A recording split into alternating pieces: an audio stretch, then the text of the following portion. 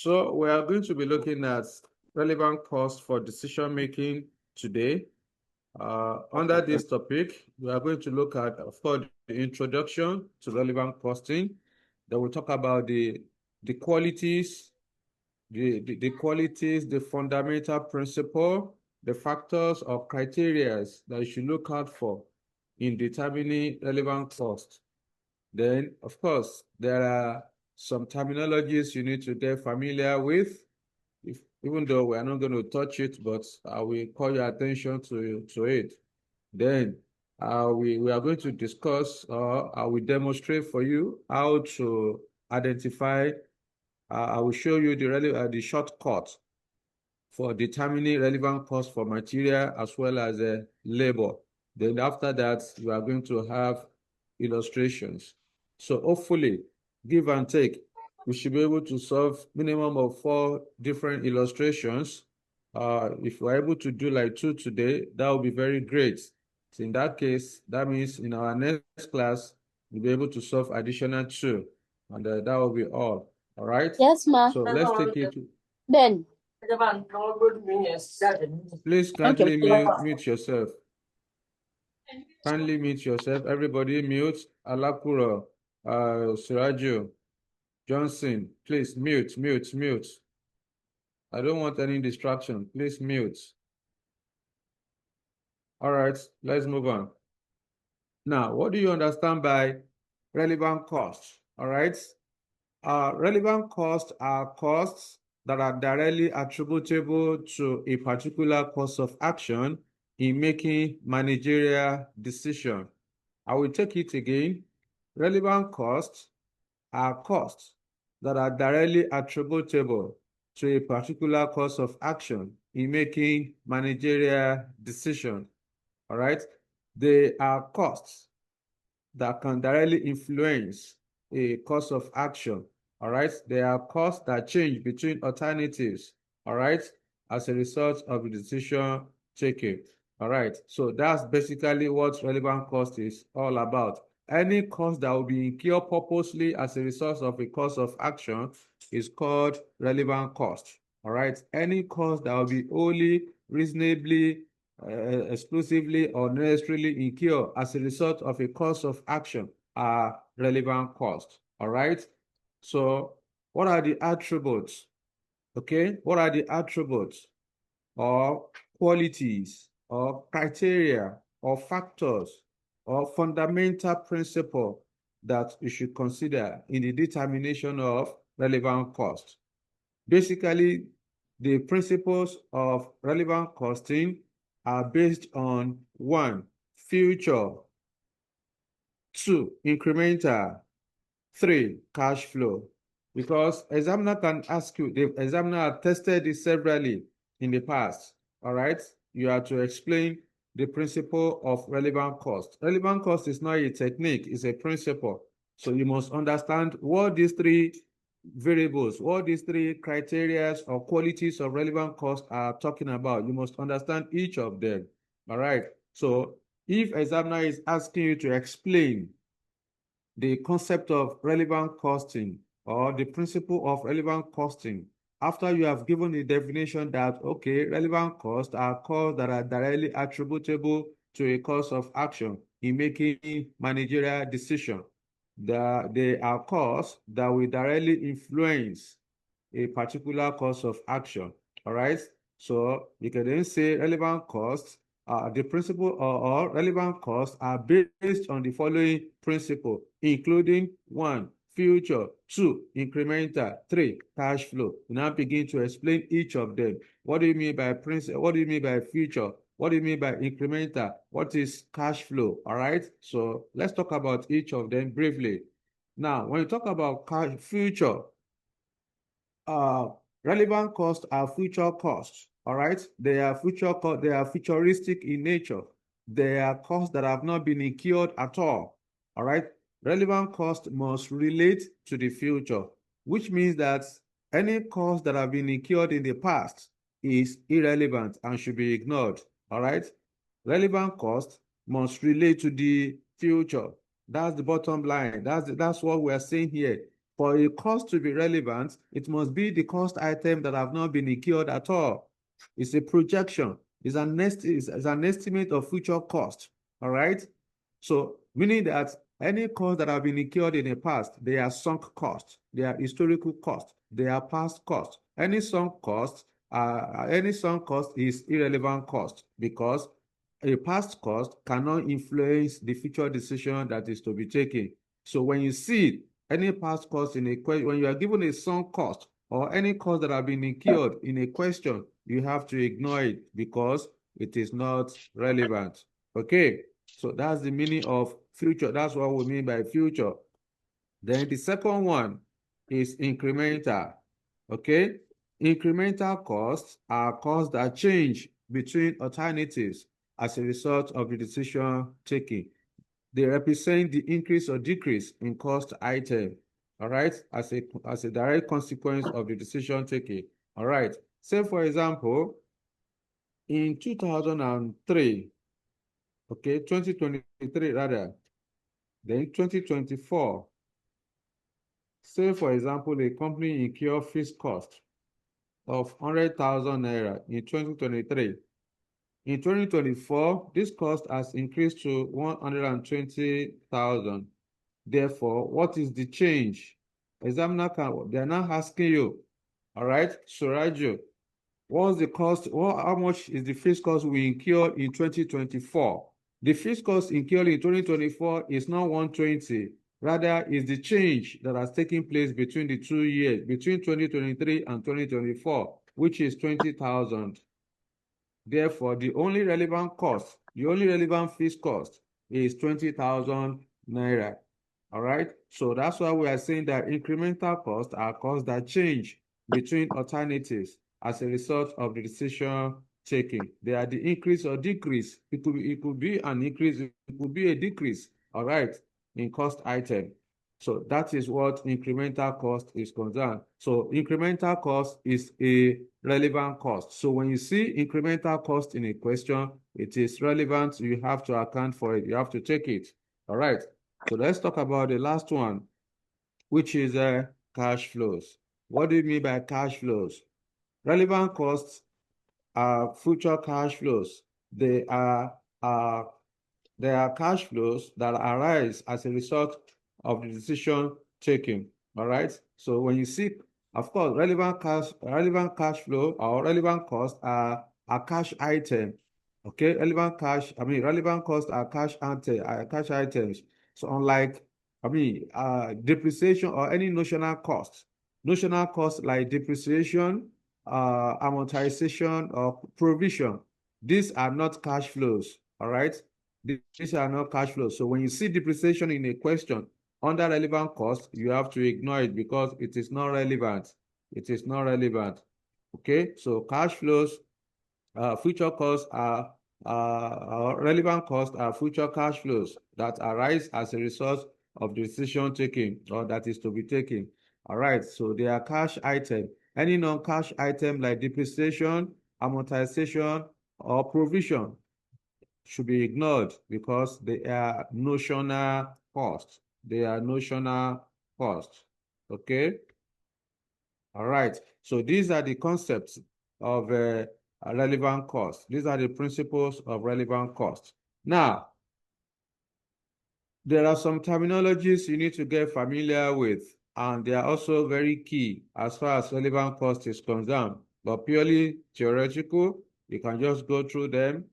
Of course, what is variable cost, what is fixed cost, what is mixed cost, sunk cost, committed cost, avoidable, unavoidable, differential cost, opportunity cost. So just go through the material and have all of that. Now, let me take you on from the concept of for how to determine a shortcut for determining relevant cost of labor and also material. Now, before we talk about this, let me see if I can get space. Okay, let me use this space. Now,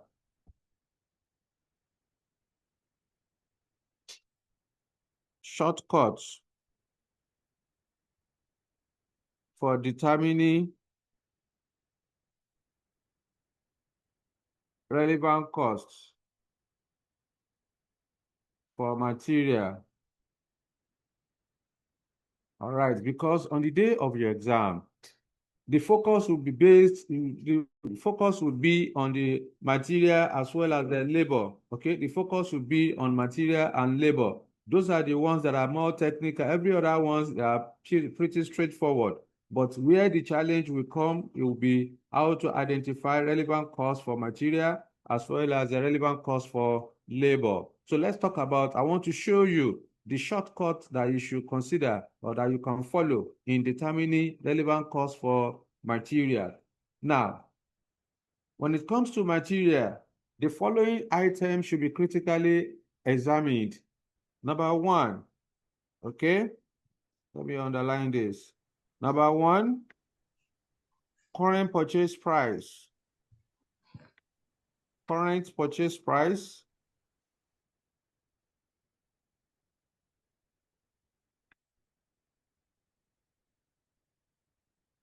Okay. Then number two, disposal value. Number three, you should know about historical costs.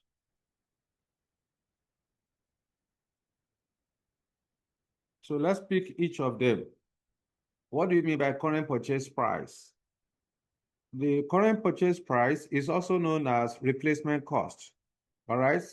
Current purchase price is also known as replacement cost. In fact, let me use, okay, let me stop sharing this so that I don't want to be restricted because of space. Let's use the working notes. Okay. Let me rewrite this. Shortcut for determining relevant cost for material. Okay. So like I said, in the determination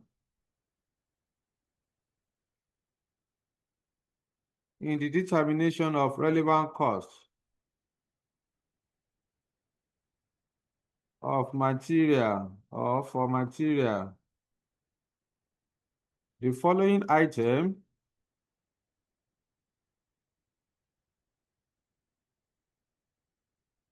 should be critically examined.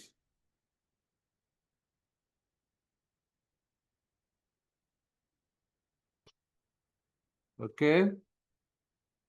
So number one, you need to know how to treat current purchase price when you see it in a question. Current purchase price. Two, you must know how to treat disposal value.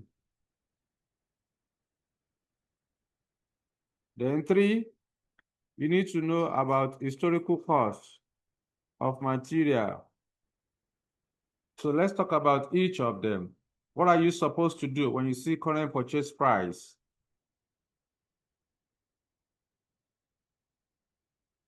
Okay. What do you mean by current purchase price? This is also known as the replacement cost. This is also known as a replacement cost. Okay. The current purchase price represents the amount at which the item of inventory can be purchased currently in the market.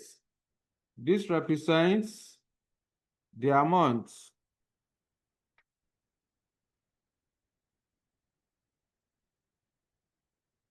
okay. This represents the amount at which the item of inventory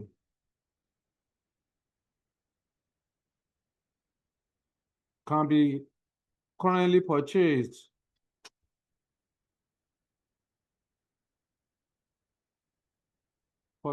in the markets.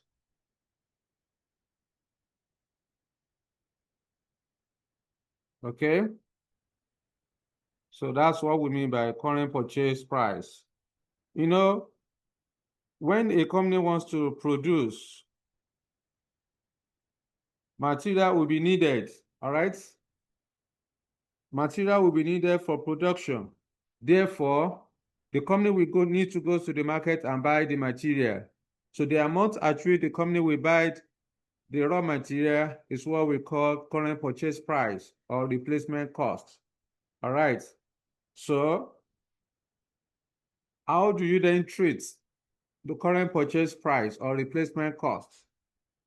Okay. The current purchase price should be used if it can be ascertained that the material is in frequent use and will be replaced. All right, let's put it down. The current purchase price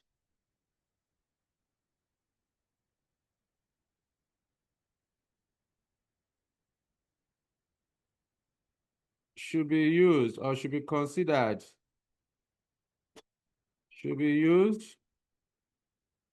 if it can be ascertained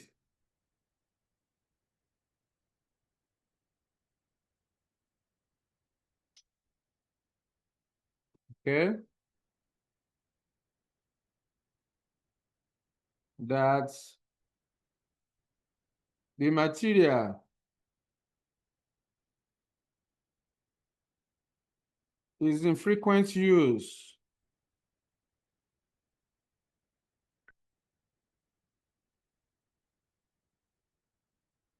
and will be replaced.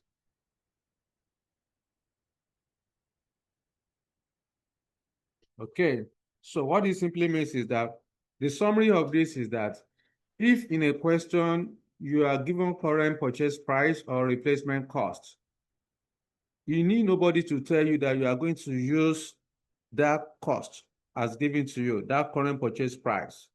All right. When you see current purchase price in a question, it means that the company is going to buy the material. The material will be bought at that price. So you have to use it.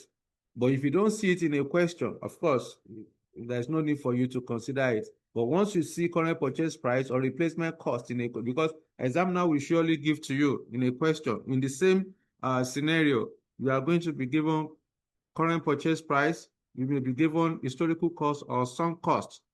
You are going to be given the disposal value on the same sentence or in the same paragraph. So it is now left for you to be able to deduce from the question whether it is relevant or irrelevant. So when you see current purchase price in a question, that's what I'm emphasizing on. It is relevant. You have to account for it. You have to check it. At times, examiner can tell you that the project will require material A, B, Z. This material is frequently in use and it costs 1,000 naira, for example. Then you are also going to be examiner will also tell you that okay, the material was purchased 5 years ago at 500 naira per kilogram. All right. So you have been given current purchase price. You have been given the historical cost. So you have responsibility to be able to deduce which of them is relevant, which one is not relevant. When you see live question, then we know what I'm talking about. But for now, let's keep it at that. All right. So again, when you see current purchase price in a question, you have to account for it. It is relevant. Let's talk about disposal value. Disposal value.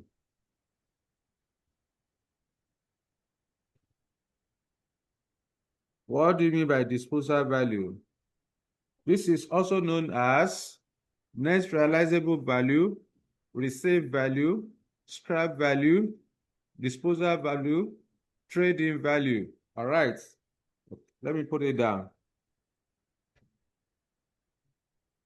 This is also known as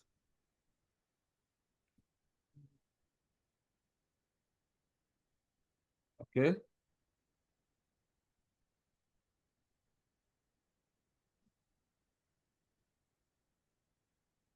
This is also known as the net realizable value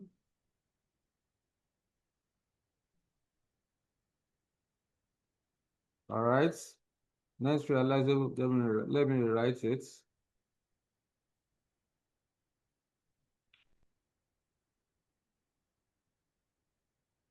Okay, net realizable value, receive value, scrap value, or trading value is the same thing. All right. It represents the amount at which the inventory in the store can be disposed of. It represents the amount at which the item of inventory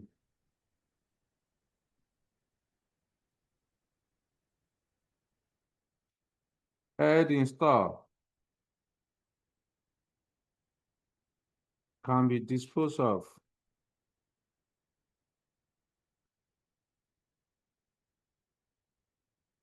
Okay, so let me explain this.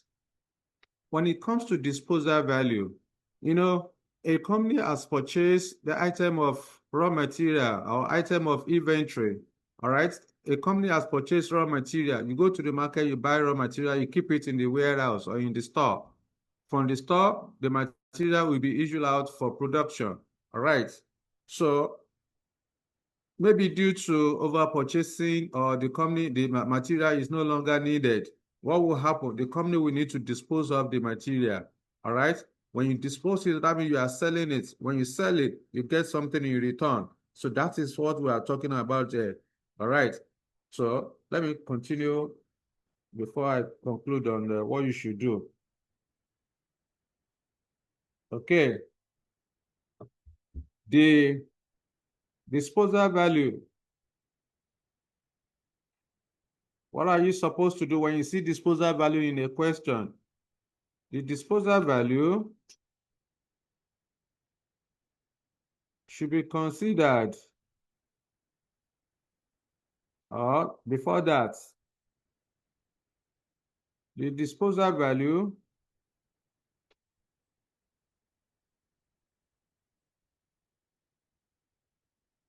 represents a saving. Let me put it in a capital letter. Represents a saving to an organization. Okay, the disposal value represents a saving to an organization. Therefore,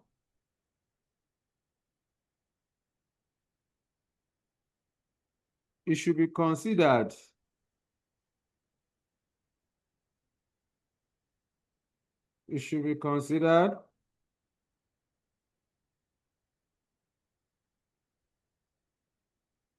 okay, if it can be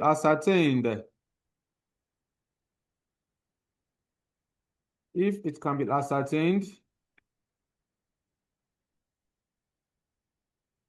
okay, let me write that.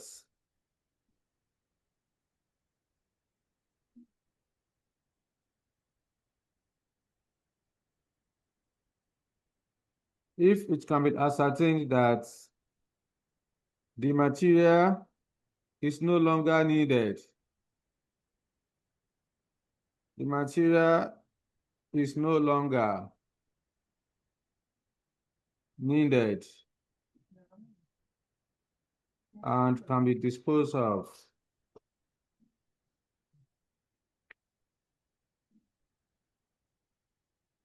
Okay, so when you see disposal value in a question, it's a saving. Remember, the topic we are treating is relevant costs, which means that whatever you are going to calculate must be in cost. All right, the heading is relevant cost. So when you see a saving will be in brackets to reduce the total cost. So now, if in a question you are given disposal value or you are told that the material is no longer needed and it can be disposed of at a cost of so much, that's how examiner will never tell you it's a saving. No. In most cases, you are going to be told that the material will be disposed of at a cost of so much. It is not a cost, rather it's a saving to the organization. Therefore, you pick the amount, you put it in brackets, that will then reduce the total cost for the project or for the special order. All right. So whenever you see savings in whenever you see disposal value in a question, you have to treat it as a savings. All right. You treat it as a savings. All right. Put it in bracket. But you only do that if you are told in the question that the material will be disposed of. If examiner just give you disposal value or you are given scrap value or receive value, no further information as to whether it will be disposed of. So you have to ignore it. That means do nothing. The fact that you are given disposal value does not mean you have to treat it as a saving. You can only do that if you can only treat it as a saving if you are told in the question that the material will be disposed of. All right. If you are told in the question that the material will be disposed of, that's only when you consider it as a saving. Other than that, you just ignore. Don't do anything. Okay. So that is how to treat. That is how to treat disposal value. Okay. Now the last one is talking about historical cost. Let's talk about historical cost. Okay. Historical costs.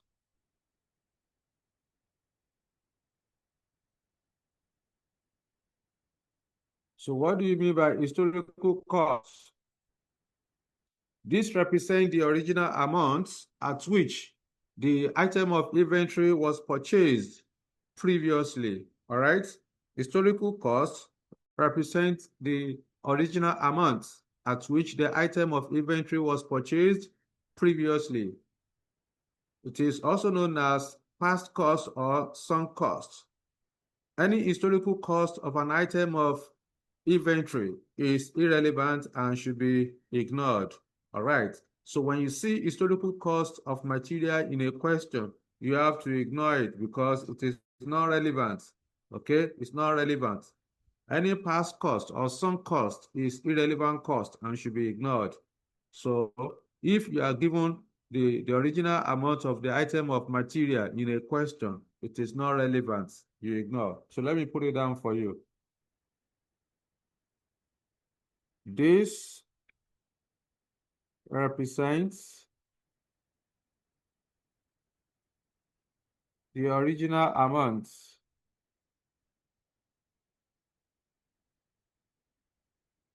at which the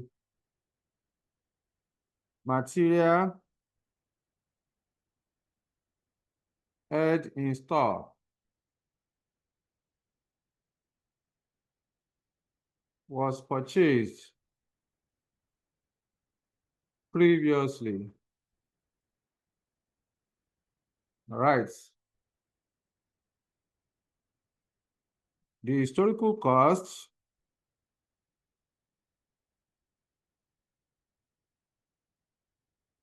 is a sunk cost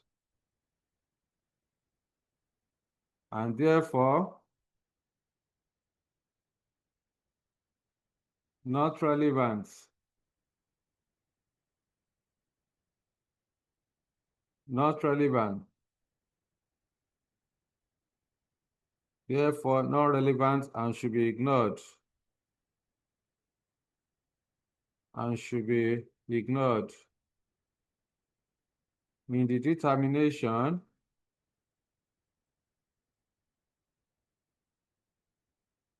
of relevant costs.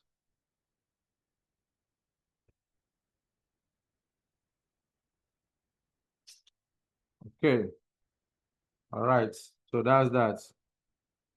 Like I said, when you see historical cost in a question, please ignore it. It is not relevant.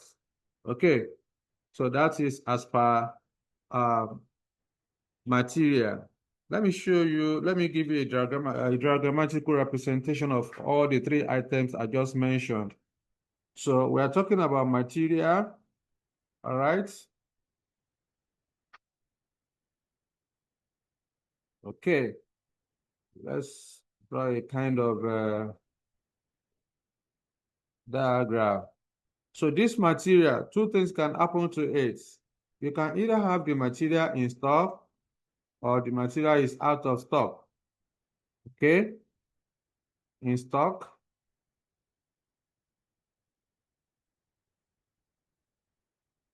or out of stock.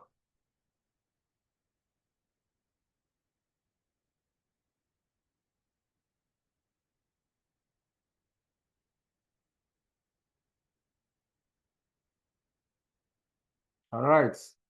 So if the material is in stock,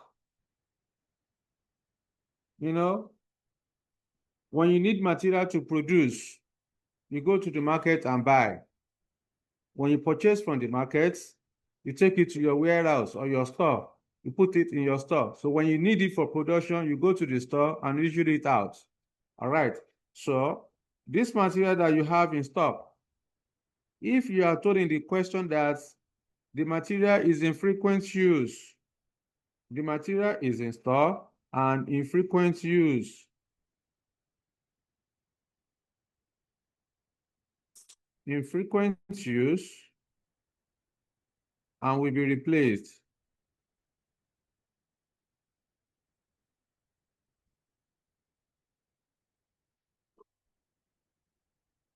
Okay. So provided the material is in stock and will be replaced, because when you say something is infrequent, is in regular use, you are using it. You know, when you go to you buy material, you keep it in the warehouse or in your store. From the store, you are issuing it out for production on a consistent basis. It will get to a point the material will be exhausted.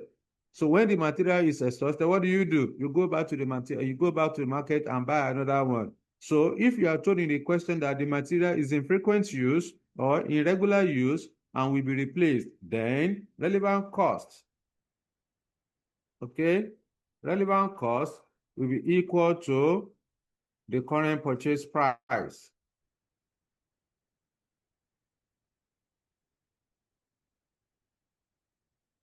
Okay, current purchase price. So that's what I just explained earlier. So the material is in stock and in frequent use and will be replaced. And then relevant cost is the current purchase price. Okay? But even though the material is in stock, okay, I should leave, supposed to divide that one into two. Let me rewrite this one. Okay? So divide this one into two.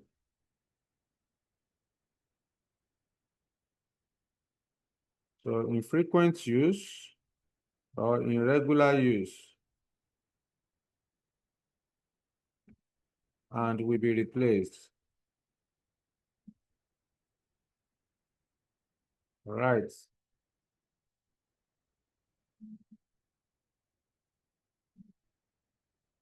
Then relevant cost is equal to the current purchase price.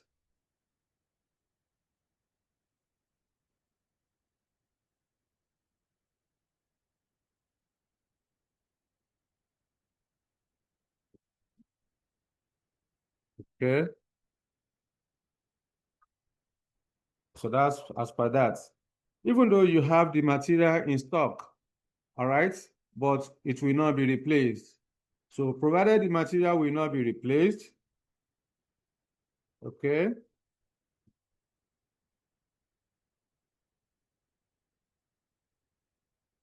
will not be replaced.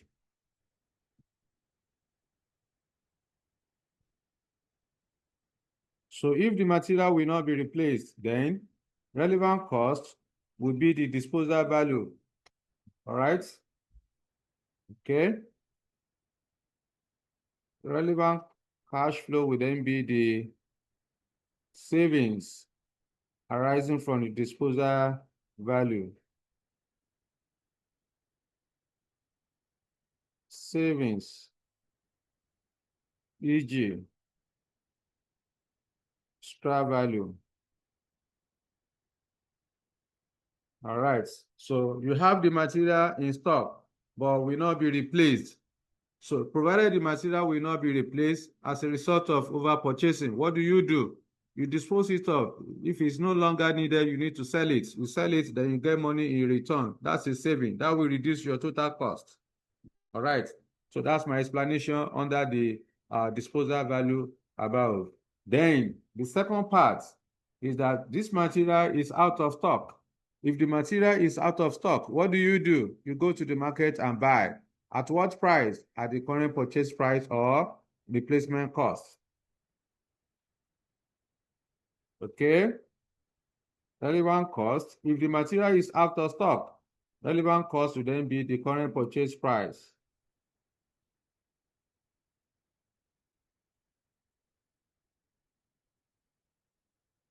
Okay.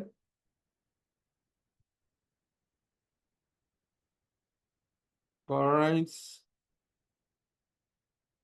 purchase price.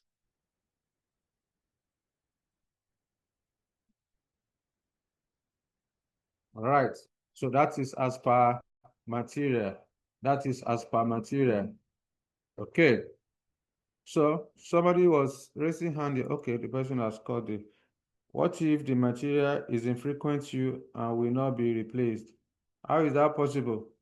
When you have material, something you are using frequently, it will finish now. How do you mean by material is in frequent use and will not be replaced? That's not possible.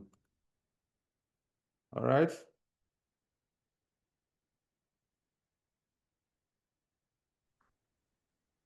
Okay. So Kemi, I've answered you. It's not possible. When you use something frequently, to finish, once it's finished, you go to the market and buy. That's the interpretation. You can't be using something frequently and the thing except it's something that is unlimited. That's only that's something you are going to continuously using and then it will not finish, you know. So yeah. So let's talk about labor. Yes, Femi, talk to me. Okay, good evening, sir. Good evening. Okay, sir. I wanted to this this will not be replaced. This relevant Yeah, cost, you say it will amount to the, is it the scrap value now or the you say scrap value, scrap value. So what disposal of value, yeah. if, okay, what of if the amount that we need is greater, or maybe I will get it when you put it in question. But what if the amount that we need now is lesser or is higher than the amount of item that we have in the stock? Maybe What do we you, have, what of if the amount of the item we have in stock maybe is 30K, and yes. we need like the we are not going to use it again, and the amount that we Mm-hmm. need for that and the amount that we need for the project maybe is higher or lower. How do we treat that one? Well, let me, if I get it correctly, what you are saying is that the item of inventory you have in the store, when you Okay. dispose it of, the amount that you dispose is less than what it's not a matter of less than what you need. You don't need anything. What happened about scrap value is that you've already purchased, say for example, you are using a phone currently, right? This phone, maybe you have bought it about 2 years ago. You have been using the phone, but there's a new model in the market. Now think, okay, I need to buy this new phone. The old one you have with you, what are you going to do with it? You dispose it of, you sell it, right? When you sell it, you are going to earn money. Something in return, you are going to get cash flow, cash inflow.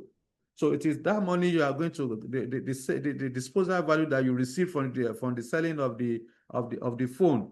that you are going to, the money you realize from that one will reduce the cost you are going to incur in buying the new phone. That's why we are saying that disposal value is a saving to an organization. So the fact that, okay, you have is because it's not going to be replaced. If it's not going to be replaced, you are less concerned with whether you need something 100 million naira somewhere, but the amount you realize is less than what you need. No, it doesn't work. That's not how it works. All right. So when it comes to scrap value, whatever you can realize from it is a saving for you. Like I just explained, you are using an existing phone, then you want to sell it to buy another one. All right. Certainly, when you dispose it off, it will help you to reduce the cost of the new one that you want to buy. That's why we're saying that disposal value is a saving. All right. So you are not using it to net, or you are not using it to because the cost you realize, the cash inflow you realize is lower than what you needed. No, it is just going to help you to reduce the future cost that you want to incur. All right, Okay. Femi. Thank you, sir. Yes, sir. All right. So let's move on to labor. Let's talk about how to determine relevant cost of labor. Okay. Shortcut for determining relevant cost of labor.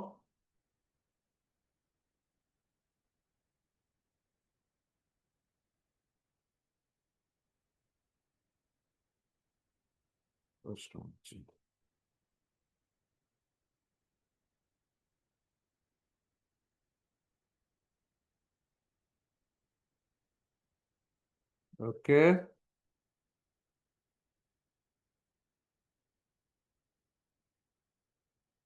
All right. When determining relevant cost of labor,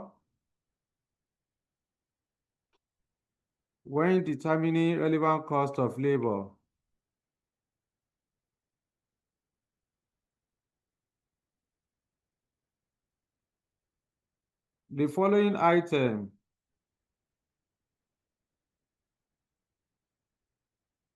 the following items should be examined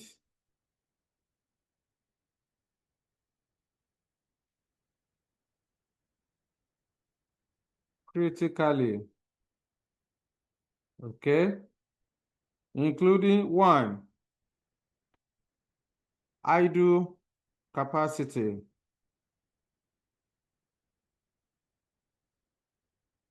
two, full capacity. So let's talk about each of them. Idle capacity,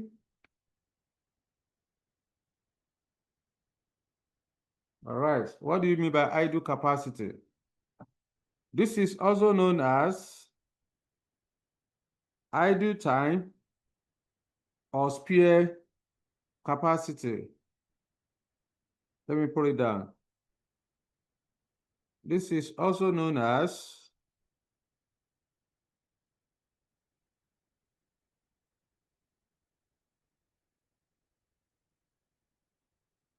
spare time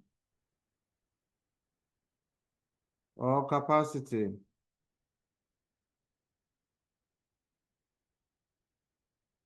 It represents or it occurs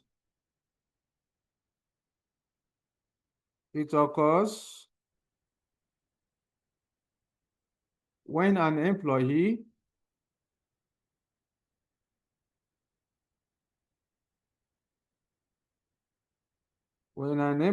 is not fully engaged,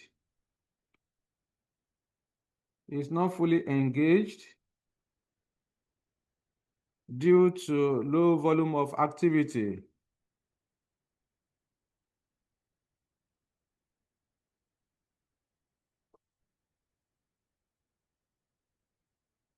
Okay, let me explain. You know, every one of us at one time or currently, we are employed of an organization. It's not all the time that you are going to be fully occupied, all right? That you are supposed to work for 8 hours in a day, from 8 o'clock in the morning to 4 or 5 p.m. in the evening. So it's not every week or every day of the week that we are going to be fully engaged. There are times of uh, low volume of activity whereby you have less to do. So during that moment, that's your spare. That means you have a spare time. All right, you have idle time. You are not doing anything. All right. So now during the period of idle time, company will not incur additional labor cost. Company will not incur labor cost if there is any special order that is to be executed. Let me put it down so that you understand what I'm trying to say. But first thing first, let me give an example. For example,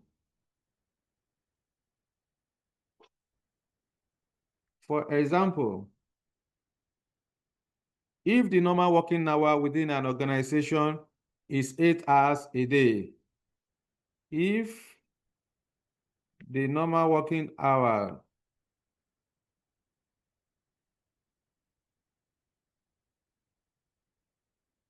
within an organization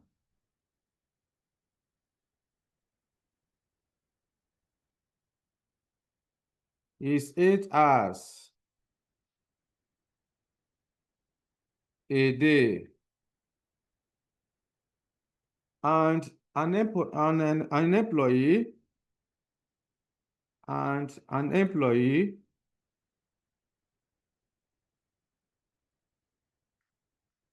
is currently working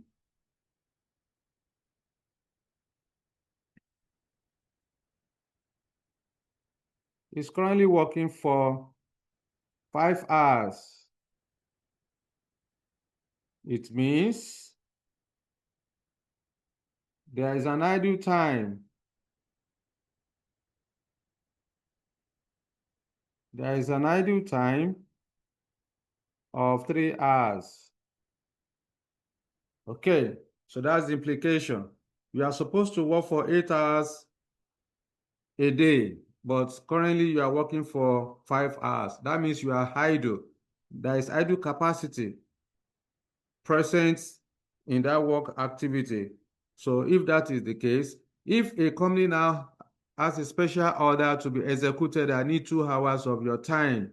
So of course, the company is not going to pay you for the 2 hours of idle time you are spending to execute the order. That's the implication. So therefore, when there is idle time, labor cost is equal to 0. Let me put it in a paragraph. Therefore, so that you understand better, when there is an idle time, idle capacity or spare capacity, labor costs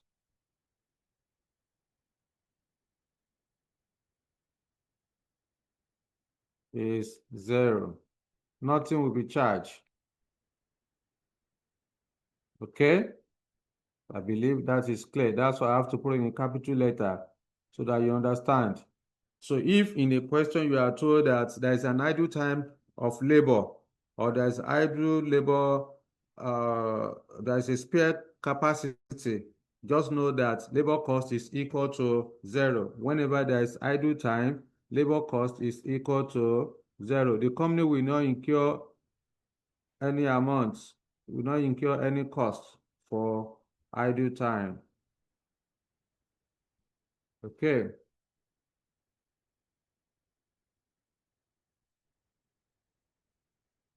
So that's that. Yes, somebody was raising hand. Who is that? Yes, Yes, evening, hello, sir. sir. Okay, Good sir. evening. Talk to me. All right. So based on what you are explaining, that an employee has 3 hours of idle time, and for that reason, if additional work is required, let me say after the official time, if you closes by 4, so you have to work an extra hour of maybe from that 4 to 6, such work will not be paid, or is it just It's not, applicable to? that, That's not idle time. Oh, this, You are talking about overtime. Overtime treatment of overtime is different from idle time. All right. So generally, what we are saying is that you have normal working hour. Your normal working hour is 8. But currently you are working for 5 hours because of low activity, no volume of activity. You don't have anything to do for about it's not like I mentioned in an organization, not all the time that an employee will be busy working. All right. During your idle time, that's when you you now begin to walk around to see your other colleagues to go and be gisting or okay, please when supervisor is coming, tell him I'm in the restroom. You have gone to do your personal thing because you don't have things to do. So that's why you have time to be going here and there to be visiting colleagues in the office. But if you are fully engaged, in fact, you won't even remember that it's already lunchtime that you need to go and eat because you are busy. All right. But during the low time, during the when there's low volume of activity, that's when you have idle time, spare time. So during that period, all right, you are idle for 3 hours. So what we are now saying is that if the company has a special order to be executed that needs just 2 hours of your time, so it is that your spare time that you are going to use to execute the order, not after you have closed. After you have closed, whatever you spend thereafter will become is no more idle time. That will be overtime. Hello, sir. Do you get me? okay, sir. Yes, sir. I get it now. Thank you. You are welcome. Yes, Amit, talk to me. Okay, yes, sir. The last statement you just made that when there is an idle capacity, labor cost is zero. What of a situation Yes. where a company has a special order and the idle time available is just let us know that 3 hours, and they need something like 10 hours to execute the order. But this statement states that labor cost is zero. So in that case, how are we going to execute that kind of order? Is there need to get additional labor of 7 hours and pay the person, or how is the company going to execute that, sir? Like you just said, that's not a problem now. You need 4 hours, right? You say you need four Yes. hours, but there's an idle time of 3 hours. So that three Yeah. hours, you are not going to, the company will not pay anything for the 3 hours. You only pay for the extra 1 hour that you One. are going to spend to execute the order. All right? Okay. Yeah. Okay. Thank you. You are welcome. Okay. So that is as per idle capacity. Let's talk about full capacity.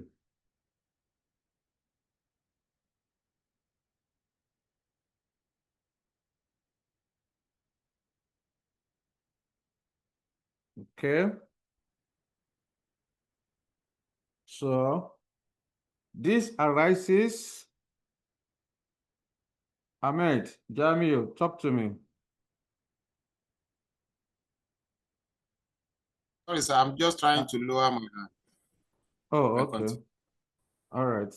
So when you talk about full capacity, these are employees on a monthly salaries. All right. These are employees on a, let me put it down.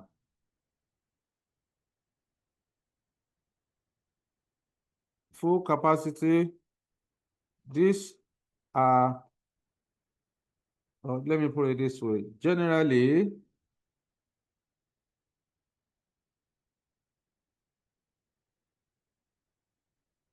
the employees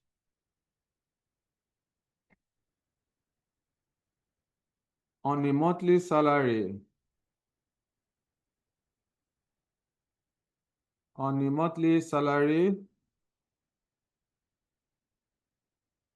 generally the employees on a monthly salary are,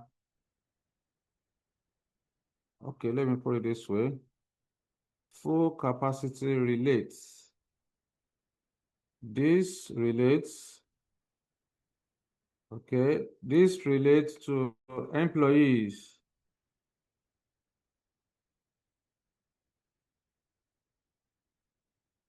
on a monthly salary. All right. The salary paid to the employees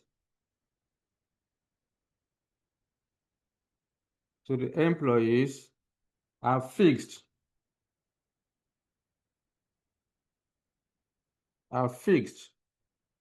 Therefore,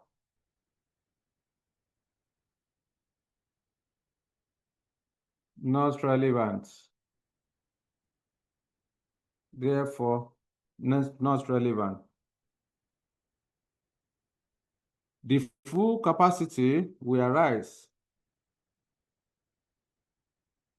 The labor cost at full capacity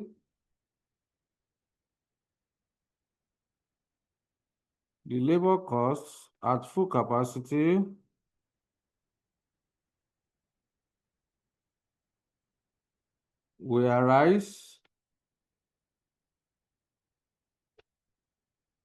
when an employee is fully engaged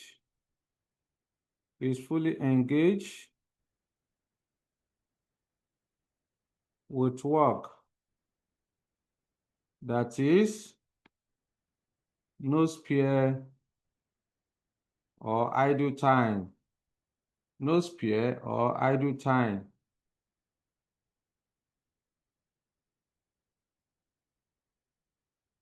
Let me move to the next page. Okay. So now what we are trying to say earlier is the fact that when it comes to full capacity, this occurs when an employee is fully engaged with work or with the work activities, so such that there is no idle time at all. You are supposed to work for 8 hours in a day. Even the 8 hours is not sufficient for you to execute your job. All right. So under this circumstance, the labor cost incurred for employee at full capacity is irrelevant cost, or of course is irrelevant because it's fixed in nature. Most of those employees that are on a monthly salaries, their salary is fixed, all right? It's fixed. So the only labor cost that the company will incur will be the extra labor cost the company will incur as a result of diversion of resources or recruiting additional labor to come and execute the job. All right. So I repeat, under full capacity, labor cost is equal to, the labor cost is irrelevant because it is fixed in nature. All those employees on a monthly salaries, all right, they are working at full capacity. So as a result of that, because it's a fixed cost is irrelevant cost because fixed cost is a cost that has no sympathy for activity level. Irrespective, it will not change every month. January, the same salary. February, the same salary. March, the same salary. So it's fixed in nature. So as a result of that, those employees, those labor at full capacity, is the cost paid to them is irrelevant. The only relevant cost will be the cost of diverting resources or any extra labor incurred. Like one of you mentioned earlier that, okay, what if after close of work, you need to stay extra, you need to work extra, all right? When you work extra, that's overtime. So overtime cost will be incurred. So overtime cost is a relevant cost that should be considered because that's extra work, all right? Again, I also mentioned another relevant cost to be incurred under full capacity is when there is diversion of resources, all right? Say, for example, you have a supervisor that manage the affairs of some employees, all right?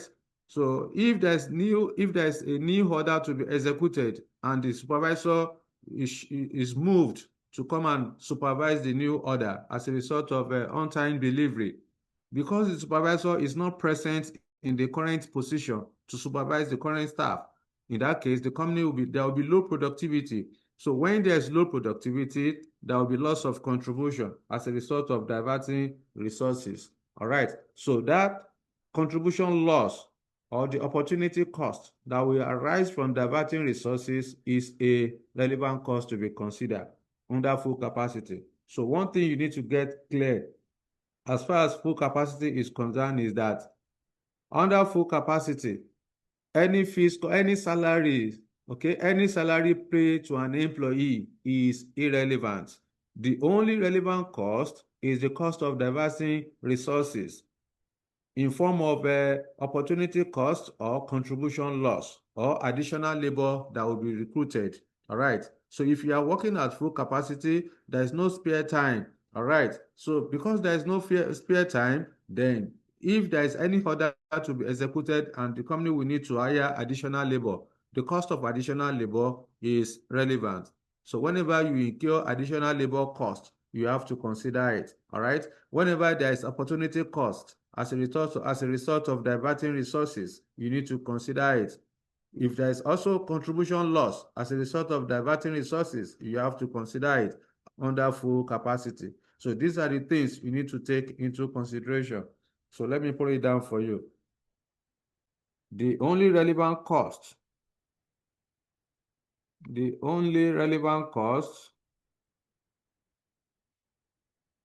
associated with full capacity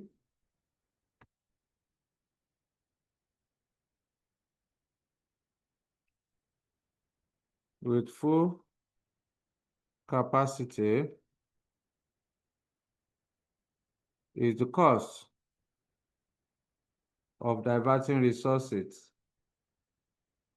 Cost of diverting resources in form of opportunity cost,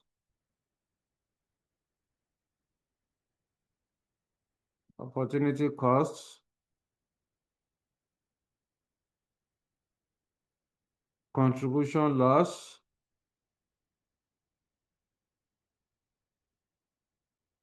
or extra labor costs.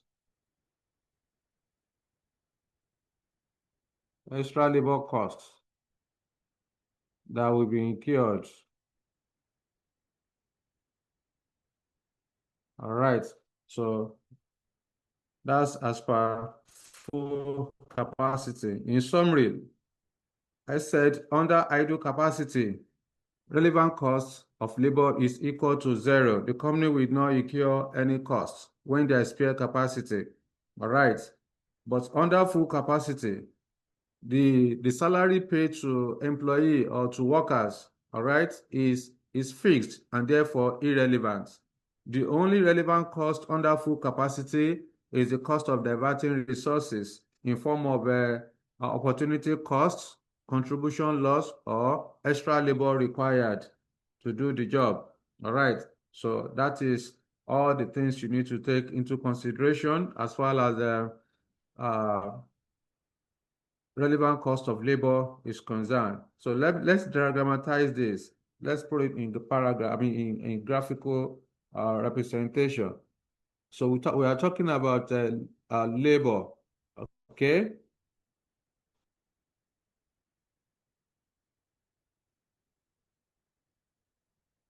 So for labor, two things can happen.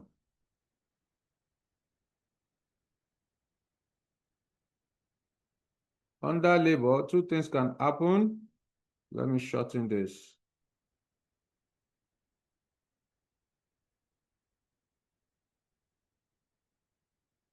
Okay, so we have spare capacity.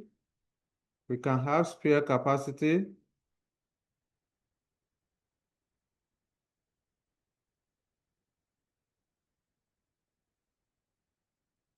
We can also have idle capacity, sorry, full capacity.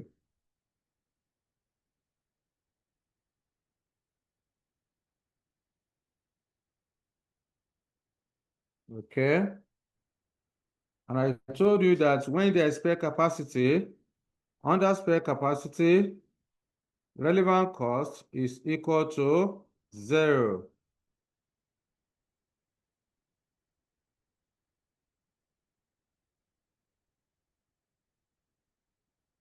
relevant cost is equal to 0. All right. But under full capacity, two things can happen. When there's full capacity, two things can happen. One, it is possible that the company can hire more labor,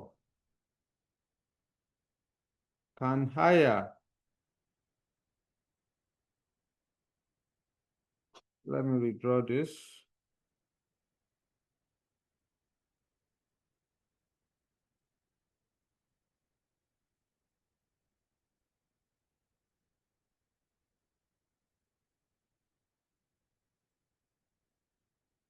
Okay, can hire more labor. Then here, cannot hire more labor. Can't hire more labor.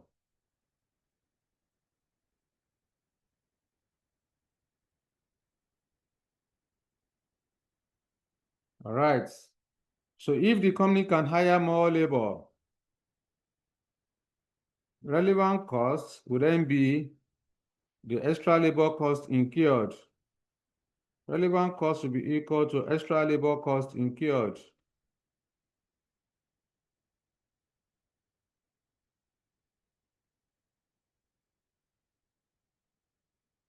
Okay, you know, when you hire labor, you have to pay. All right, but it's an extra. So that additional labor cost is relevant. But where the company cannot hire more labor, then relevant cost will be equal to the opportunity cost of diverting resources. Okay? Relevant cost will be equal to opportunity cost of diverting resources. Opportunity cost of diverting resources. Let me put it down.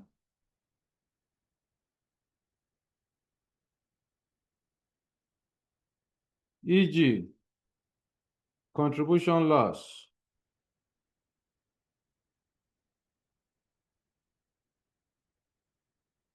All right, so that's that. So that's what I just explained earlier. So under spare capacity, the labor cost is equal to 0. Under full capacity, we said that the employees on the monthly salaries are the one at full capacity because they are fully engaged with the work activities. So when there's full capacity, two things can happen. One, the company can hire more labor. If the company hires more labor, then the extra labor cost incurred is relevant. If the company cannot hire more labor, then the opportunity cost of diverting resources would then be the relevant cost in form of a contribution loss. This is where you have overtime because you cannot hire more labor. If you cannot hire more labor, you have to work extra hours. You have to work overtime. So the cost of overtime is relevant. You have to account for it. Yes, somebody was raising hand.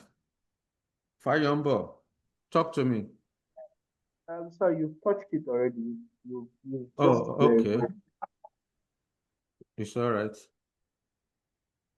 So let me know. This is all you need to take into consideration as far as relevant cost is concerned. At this point, we need to have illustration. Let me know if you have any question for me before we switch. Okay?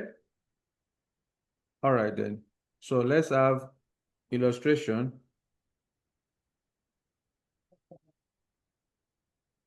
Open to your material. Okay, I think. Open to your material. Let's have illustration. Let's start. We are going to select, like I said, If we are able to solve like 4 different illustrations, then that means we are fine. Okay, that will be fine. So different scenarios, possibly the one that was tested last day too. So we are going to look into that. All right. But first thing first, let's have an illustration that has to do with report writing. Then after that, we can do any other 3 to add to it, in addition to the one that was tested last diet. Because you never can tell, examiner can repeat again. All right. Okay. Let me see. Is it the one that has reports? Yes, this is the one that has reports. Okay, I need somebody to read illustration number 1 for us.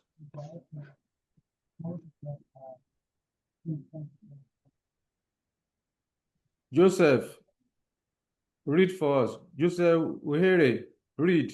You are the one making noise in my class. Yeah, read for us.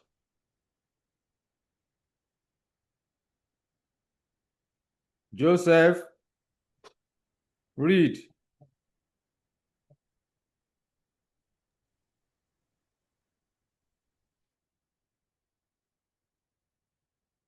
Joseph, we are waiting for you. So you muted now because I asked you to read.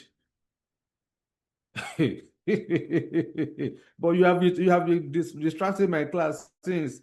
Now that I asked you to read, then you now muted. Is he live? No problem. Yes, who will help us to read? Who is helping us? I need a volunteer, please. Yes, sir. Okay, go ahead, please. Thank you. Okay, sir. Ojuelegba Manufacturing Company PLC has approached you for some expert advice on Project X, a one-time order from overseas for which the company intended to tender. The cost of association with the project are as follows: Material A, 40,000 naira. Material B, 80,000. Direct labor, 60,000. Supervision, 20,000. And overhead, 120,000. Total is 320,000 naira. You are ascertain the following. Material A is in stock and the above was the cost. There is now no other use for material A other than the above project within the factory, and it will cost 17,500 naira to dispose of material B will have been to order at the cost shown above. Direct labor costs 60,000 naira related to the worker that will be transferred to this project from another project. Extra labor will need to be recruited to the other project at a cost of 70,000 naira. Supervision cost has been charged for the project on the basis of 3313 of the labor cost, and which will carry out by existing staff with the normal duty. Overhead has been charged to the project at the rate of 200% on direct labor. The company is currently operating at the point above break-even point. The project will need the utilization of machinery that will have no other use of the company after the project has been finished. The machine will have been purchased at a cost of 100,000 naira and then disposed of for 52,500 at the end of the project. The company tell you that the overseas customer is prepared to pay up at maximum of 300,000 naira for the project, and the competitor is prepared to accept the order at that price. He also informed you the minimum that he can charge is 400,000 naira, as the above show 320. This does not take into consideration the cost of the machine and the profit to be taken on the project. Require the cost of the project for the company, clearly stating how you have been arrived at your figure and giving the reason for the inclusion for other figure. B, write a report to the company stating whether the organization should tender for the project, stating the reason why and the price, and bearing in mind that the competitor is prepared to undertake the project for 300,000 naira. Yes, thank you very much, Johnson. Yes, that is the question. That is the question. Now, let me give you exam tips in relation to relevant cost. Now, tip number one is that most of the figures given in the question, in the table, most of the figures given in the table in the question are irrelevant. For example, most of all the figures you have here, whenever, as far as relevant cost question is concerned, any figures given to you in a table are mostly irrelevant, except there is no other figure other than what you have in the table. But mostly they are irrelevant. That's number one. So you have to put that at the back of your mind when you want to determine relevant cost. Number two,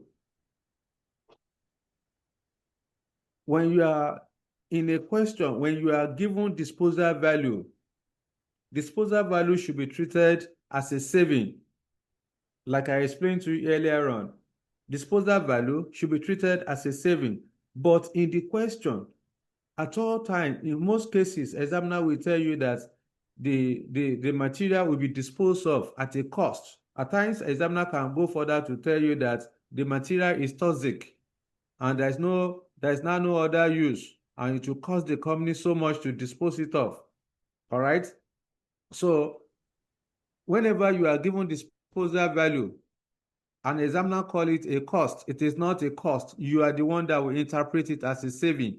It's not a cost, it's a saving. No matter how examiner describe, no matter the kind of adjective used to describe the disposal value, it's a saving. It is not a cost. That's number two. Then number three, whenever you have prepared, relevant cost questions are solved from the additional information.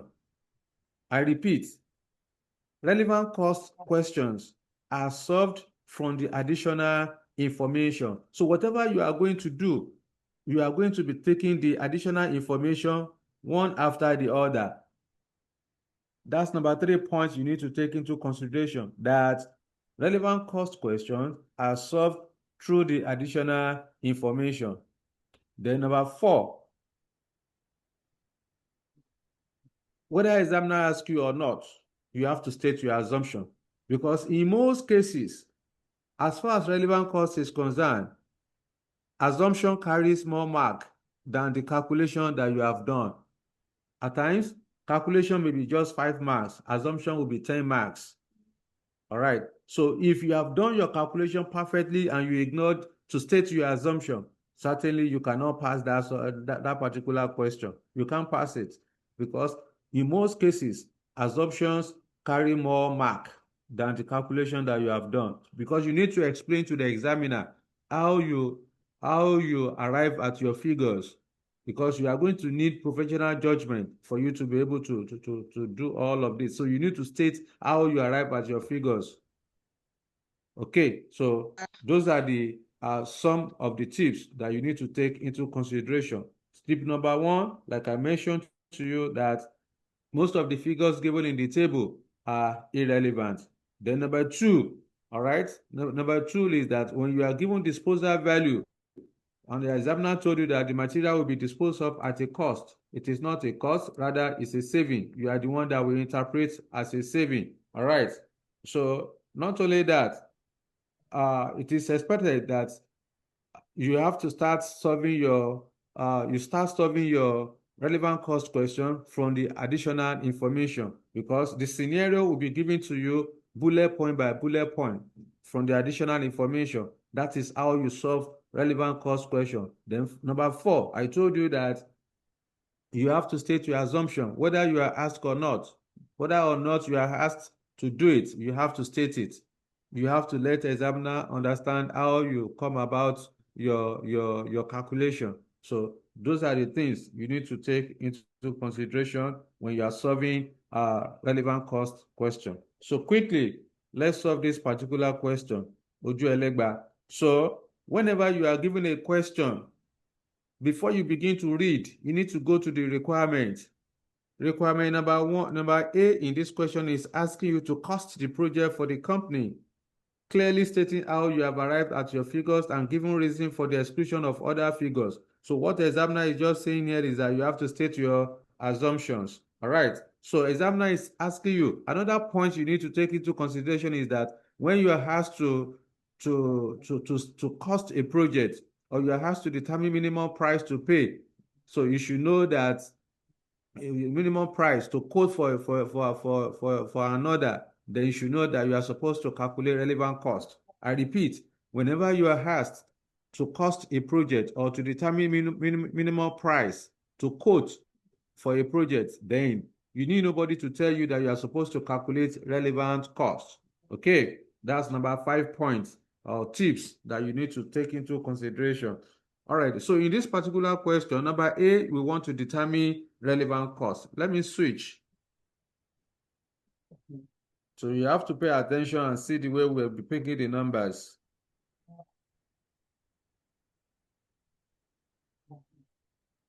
Okay, so the name of the company is Oju Elegba Solution. So illustration number 1.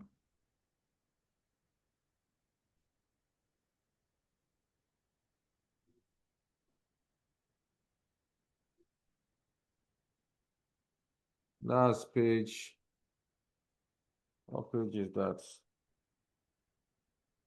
Page 24.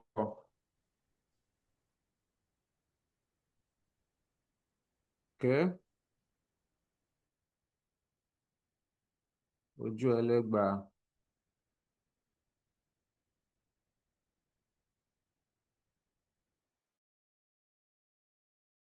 Manufacturing.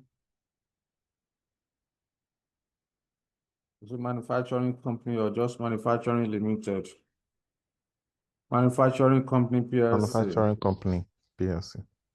Thank you.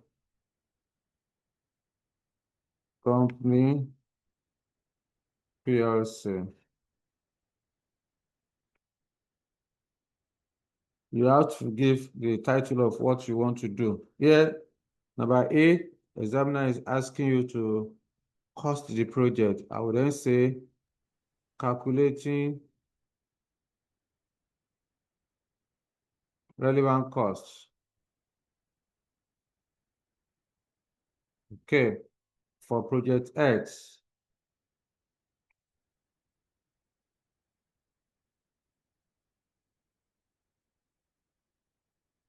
So we're going to have to Naira sign, 2 Naira signs. So we then go back to the question. Please open to the material at your end. So like I told you, just ignore whatever you have in the table. Move to the additional information. That's how to solve relevant cost question. Move to additional information. So you are told you have ascertained the following. Material A is in stock, and the above was the cost. So material A, from the above table, material A is 40,000. And we are now told that material A is in stock and the price and the cost is 40,000 naira. There is now no other use for material A other than the above project within the factory, and it will cost 17,500 naira to dispose of. Now, pay attention, please. This material A of 40,000 naira, the company already has it in the warehouse. It's in stock. The company has material A in stock. You know, when you have something in stock, that means you have purchased it previously. That means this 40,000 naira is historical cost because it has been purchased before. So you are now told that there is now no other use for material A other than the above project within the factory, and it will cost 17,500 naira to dispose of.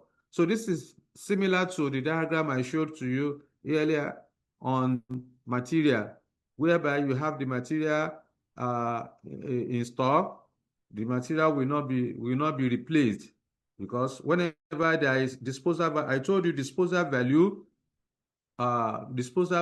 should be considered if it can be ascertained that the material is no longer needed. Okay, all right, the material is no longer needed and it will be disposed of. So you are told in this particular question that there is now no other use for material A other than the above project within the factory, and it will cost 17,500 naira to dispose of. So that 17,500 naira is not a cost. Even the examiner is saying that it will cost 17,500 naira to dispose of. It's a saving. Disposal value represents a saving to an organization, so it is not a cost. Therefore, I need to go and put it down. So material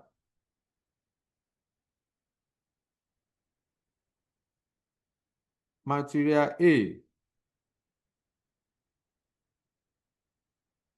disposal value.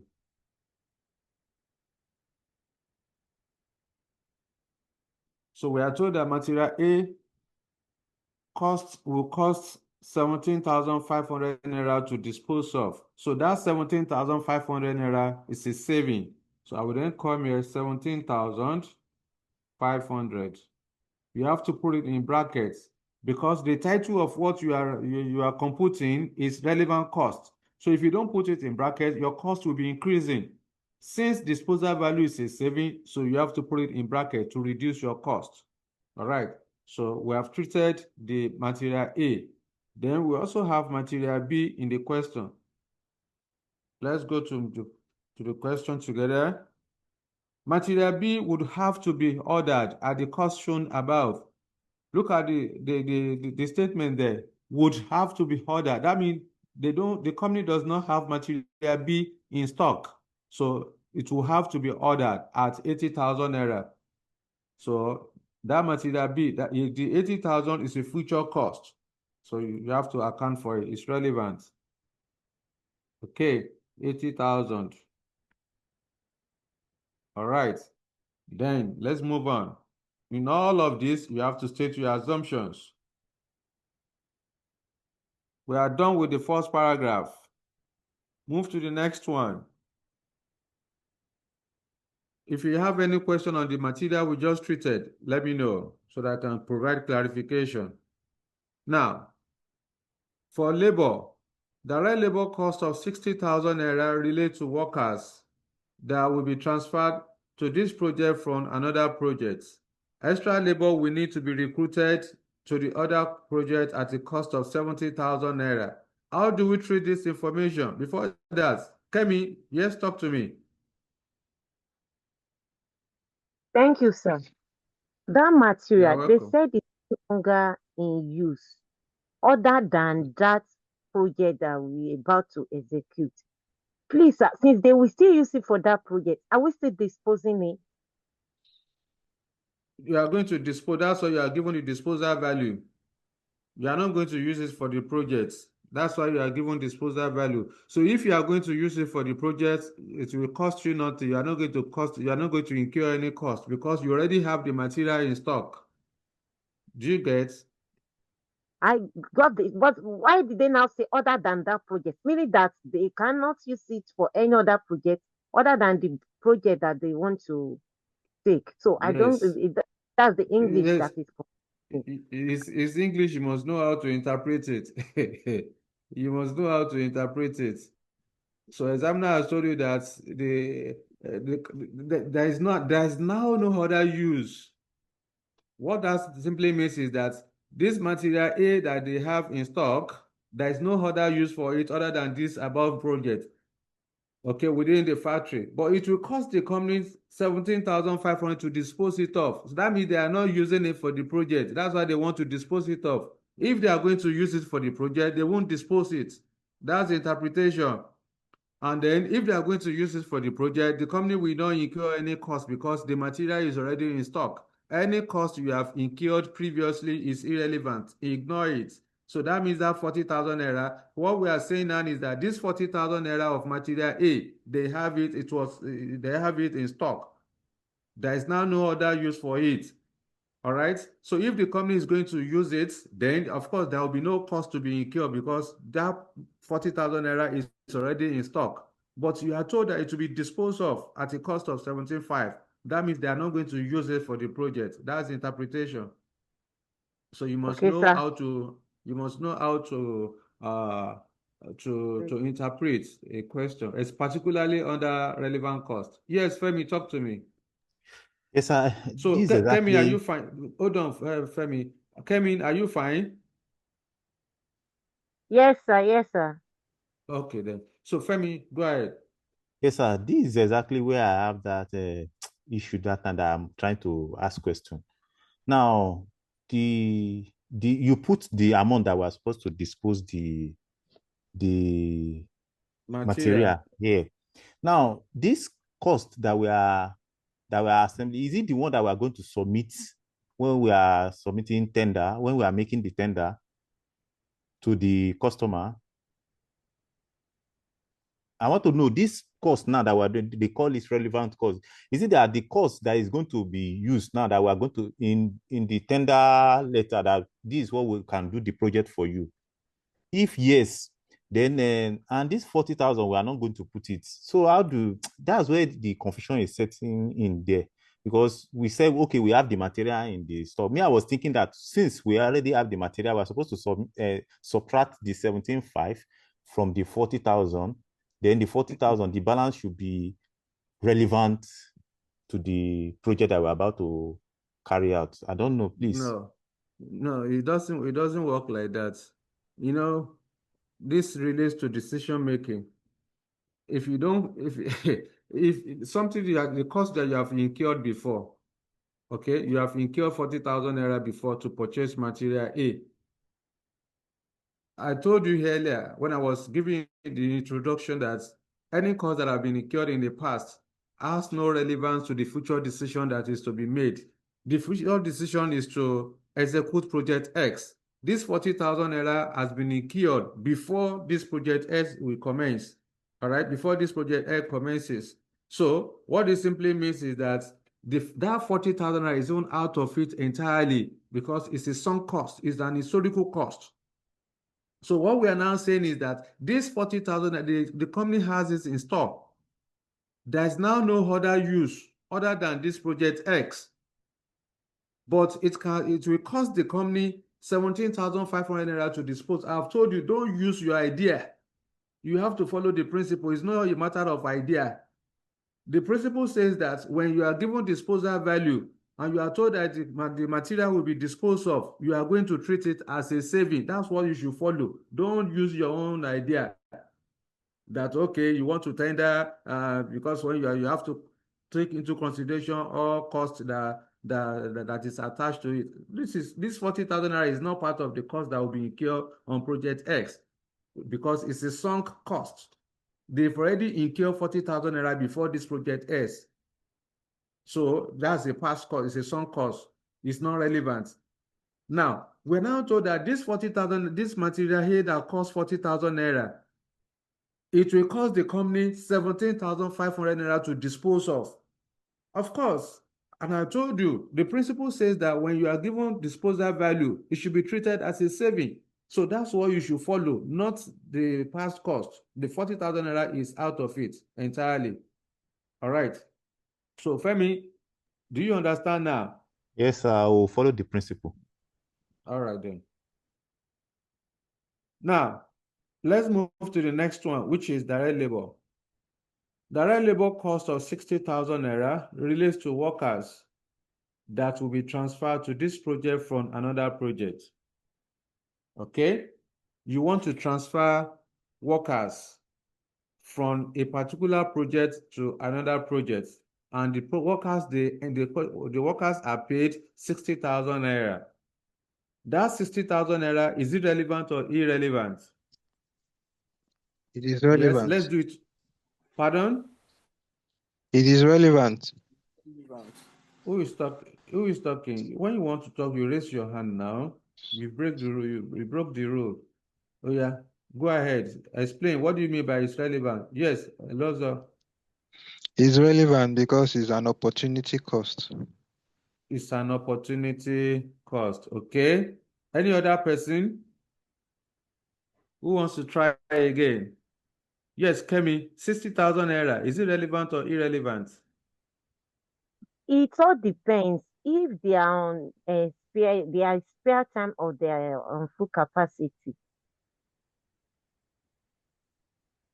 It depends. You have not given me the answer. You say it depends. No, you have to be either here or there. Is it relevant or irrelevant? It's not Tell me. relevant. It's not relevant. Why?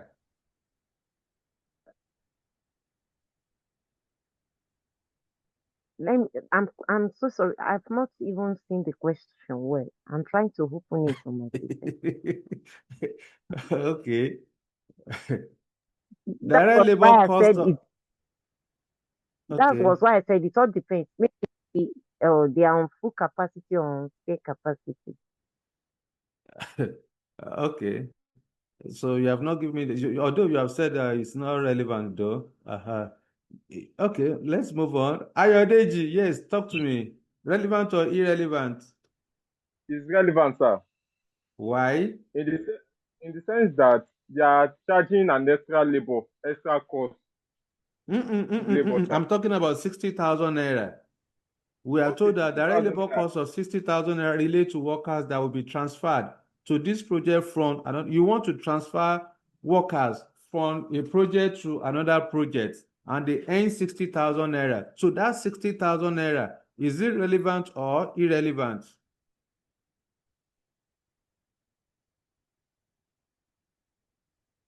Sir, okay. Yes. Okay. Aurelua, go ahead. Okay, so good evening, sir. I think it is relevant Good evening. because Why? whether or not they were transferred to this new project, that is their fixed salary they were earning at the other place. So I think it is relevant. So do you say it's relevant or irrelevant? Relevant, sir. Relevant. Yes. Okay. All right. So Ahmed, thank you, Ore. Ahmed, you raise hand. Talk to me. Okay, yes, sir. To me, it's not relevant. Why? And the reason why it's not relevant is what Ore just said. Because these people are already on the payroll of the company. They were just being moved from one site to another in the same company. So as a result of that, they don't need to incur extra cost. It's still their salary that they are earning before. So it's not relevant. Yeah, but Ore said Ore did he has she has a better she has a good understanding, but she is saying that it is relevant. And to me, it's not relevant. So Ahmed, you are correct. Yeah, because of time, the 60,000 naira is irrelevant. Whether the company execute project X or not, that 60,000 naira will be incurred. So provided the direct labor cost will not change, then it is irrelevant. All right.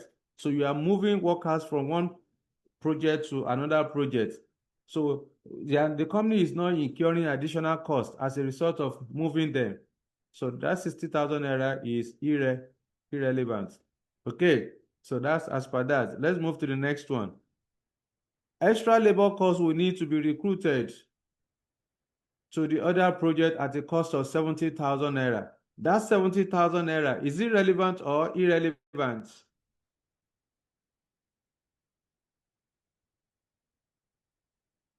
Joseph, you are back. Sir. when I asked you to read, you disappear. Sir, it's network that was logging me out. I was just trying. Oh, Sir, okay.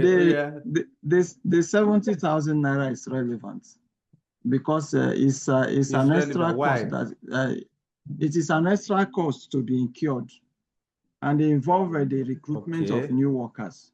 Yes, sir.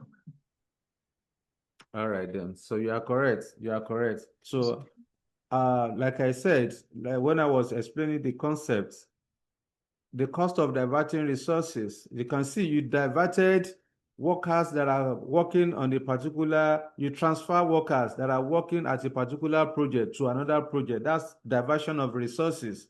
So the cost of diverting the resources is 70,000 naira in this case. Therefore, the extra labor incurred is relevant. So let's go and account for that.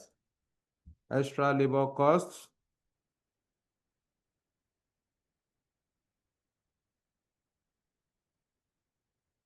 Okay. That's 70,000. Yes, let's move to the next one. So we are done with paragraph 2. Paragraph 3.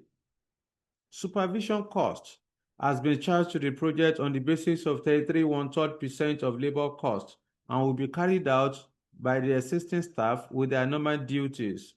Now, when you look at supervision cost in the table, supervision cost is 20,000 naira from the table. So 1/3 of labor costs in the table is 60,000. Examiner is telling you that supervision is 33 1/3 of labor. So 1/3 of 60,000 is 20. They're just telling you how they arrive at that supervision cost of 20,000 naira. So the supervision cost, I want to ask you, the supervision cost of 20,000 naira, is it relevant or irrelevant? Oreluwa, you raised hand. All right, go ahead.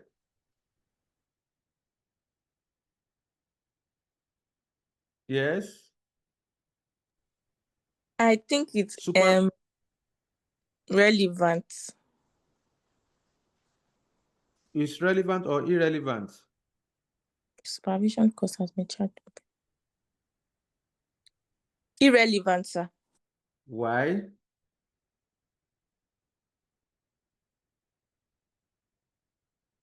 Or why is it not relevant?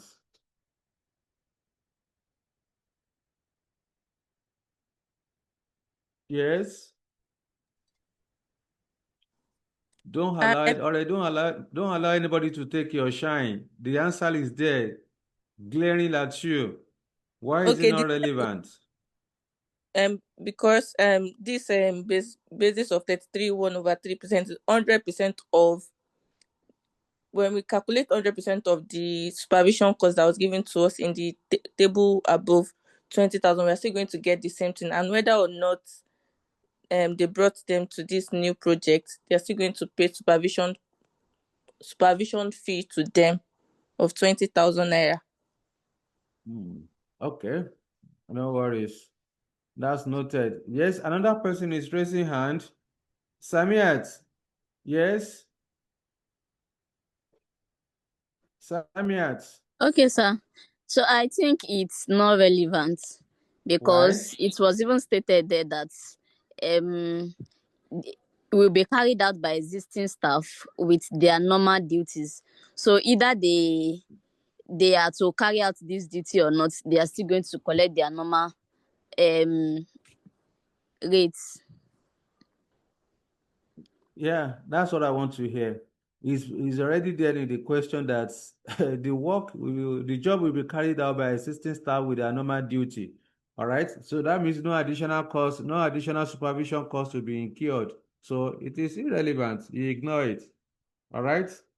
So I just want the reason why I'm asking you guys to justify your position is that I want to know whether you understand what we are saying. All right. So it's not just about relevant or irrelevant. You must tell me the reason why you choose that route. All right. So supervision cost is irrelevant. Let's move to the next one. Overheads have been charged to the project at the rate of 200% on direct labor cost. Now, when you look at the supervision, the overhead cost is 120,000 naira. So we are told that overheads is on the basis of direct labor. So direct labor cost is 60,000. 200% of 60,000 will give us 120,000. So we have overhead of 120,000. Is it relevant or irrelevant? If you know it, raise your hand. 200,000, sorry, 120,000 overheads, relevant or irrelevant? Yes, yes. It's going. Collect your crown. Nobody is raising hand. Kemi. Semias, yeah, go ahead. Okay, sir, I'm not sure, but I would say it's really irrelevant because you mentioned that anything given on the table are irrelevant. Yes, I said anything given in the table are mostly irrelevant, except there is no other figure other than what you have in the table. In this particular instance, you are given overheads, and then you are told that this overhead is on the basis of 200% of direct labor, which is 120,000 naira. So what we are now saying is that, is it relevant? Is that 120,000 naira relevant or irrelevant? So you said, because I said anything you have in the table is irrelevant. No, not at all time, except if you don't have any other figure other than what you have in the table. That's only when it is not relevant. But the bottom, yes, I've heard you, Samiat. Ibrahim, Awofe, talk to me. Yeah, it's relevant. Why? Reason being that is an estimate, is a future cost. Is being charged at 100% of that cost that it will be paid or it will be expensed in future time. Okay.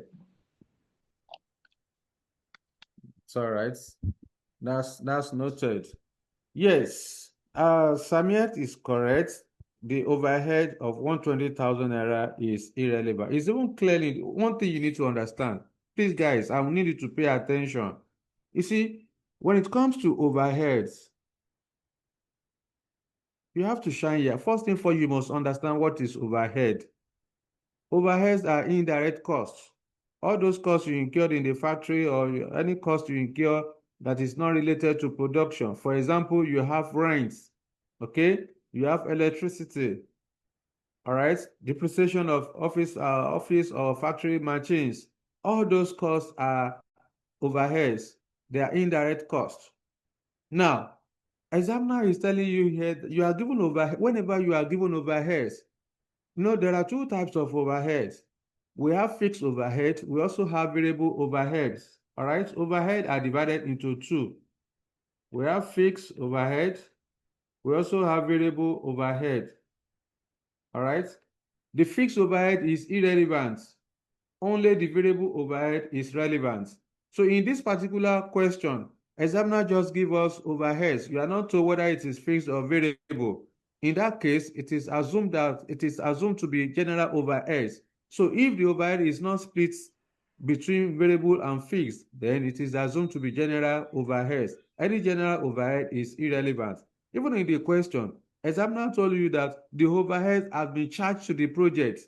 That means this one is more like a general, because when you charge it to the project, that means an apportionment. You have apportioned the overhead to the project. All right. So that means it's a general overhead. Therefore, that 120,000 naira is irrelevant. It's irrelevant. All right. So you ignore it. Let's move to the next one. But if in this particular instance, the overhead is splitted between variable and fixed, then it is only the variable overhead that you are going to consider. Any fixed overhead will not be considered. But where examiner did not share the overhead, once you are just given overheads, you don't know whether it is fixed or variable. You have to ignore it. It is assumed to be general overhead. So that's how to treat overhead in under relevant cost. Yes, Kemi, talk to me. So what if it's a specific overhead for that particular project? Will it be relevant if it or is not? specific, then it is relevant. All right. If it All is right, sir. specific to the project or attributable to the project, fantastic. It is correct. It is relevant. But where you are just given overhead, so it is not relevant. It is assumed to be general overhead. All right. Now, the next paragraph. The company is currently operating at the point above break-even point. Break-even point is the point whereby total revenue equals total cost. A point where there is no profit or gain. No gain, no loss. All right? So, the project will need the utilization of machinery that will have no other use of the company after the project has finished. The machinery will have to be purchased at a cost of 100,000 naira and then disposed of for 52,500 naira at the end of the project. So how do we treat this information? We are told that the project will require machinery that will be purchased at a cost of 100,000 and then disposed of for 52,500 after the project has been completed. Yes, Kemi, talk to me. How do we treat it? We are specifically purchasing the machinery because of that project. That 100,000 is a cost, while the 52,000 plus is a saving. So the balance, which will be the remaining balance, will still be a cost, is part of the relevant cost, sir. Okay, fantastic. You are correct. So let's go and put it there in the table. So we have machinery. Under machinery, we are told that it will be purchased. Purchase cost is 100,000. The machinery will be purchased at 100,000. After the project is completed, it will be disposed of. Disposal value. It will be disposed of at 52,500. That means the actual cost incurred on the machinery is 47,500. That's the interpretation. All right. Let's move to the next one. Yes, talk to me. Who is that? Who is speaking? You did not raise your hand. Deji. Go ahead.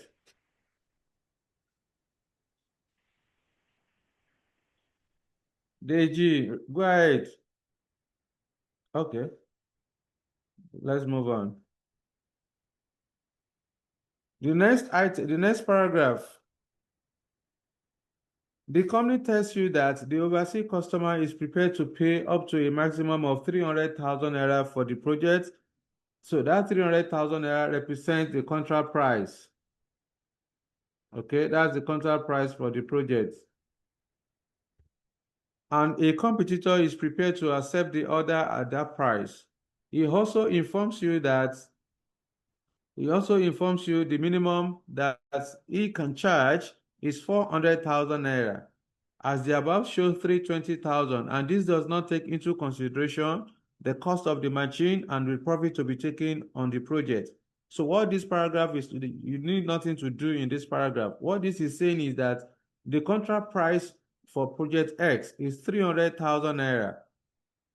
But the company is saying that Ojuelegba Manufacturing Company PLC is saying that the minimum they can charge on project X is 400,000 naira, and that based on their own estimates, they have arrived at 320,000 naira that they are going to incur, and that this 320,000 naira does not include the 100,000 naira they are going to incur to purchase the machinery. Okay, so what they are now saying is that the minimum they can accept for project X is 400,000 naira. So that's why they now approach you as a management accountant to advise them on what they should do. All right, so that's end of the scenario. So there's no calculation under the last paragraph, but when you want to write your report, you need to comment on certain things that you have in the question. So at this point, let's close the table for our calculation.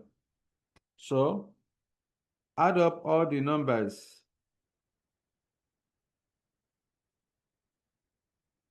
So this represents total relevant cost. So what do you have there? 47,500 plus 70,000 plus 80,000. That's 197,500 minus 17,500. What do you have? That should be 180. Yeah, that's 180,000. So total relevant cost is 180,000. So at this point, see, even though what you have done is 100% correct, if you leave it like this without stating your assumptions, you are not going to pass that particular question. So at all time, whenever you have question on that relevant cost, apart from you doing your calculation correctly, you also need to state your assumption, how you have arrived at your numbers. So you have to state, you need to let the examiner know your position. All right. So the next thing we are going to do, even though in this question, examiner is asking you to state how you have arrived at your figures. So let's state our assumptions. So I would then say assumptions.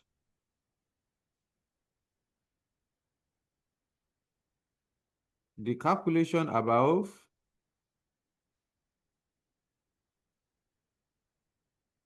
is based on the following assumption.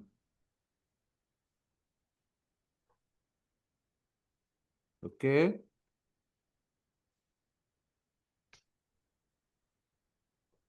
All right. Number one,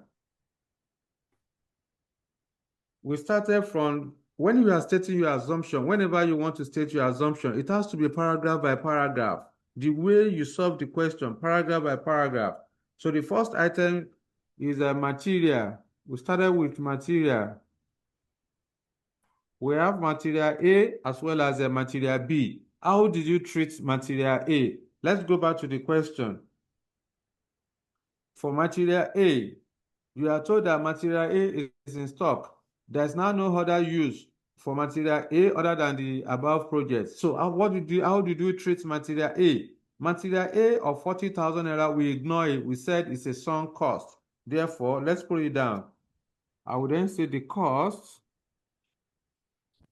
of material A Sunk cost of 40,000 naira is a sunk cost. You have to call it that. Is it sunk cost is the terminology in relevant costing. You have to mention it. You don't just say it's past cost. You call it a sunk cost. That means you know what you are doing. It's a sunk cost. And therefore, not relevant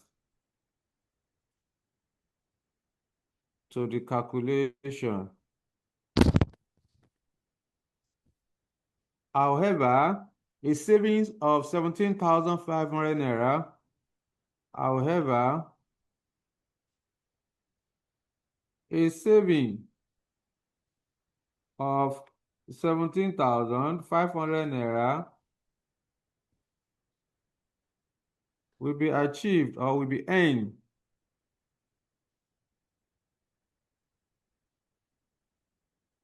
on material A.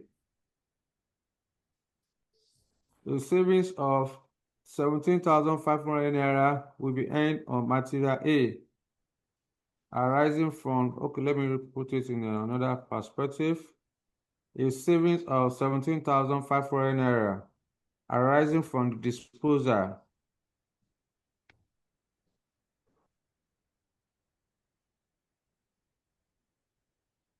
okay, disposal will be earned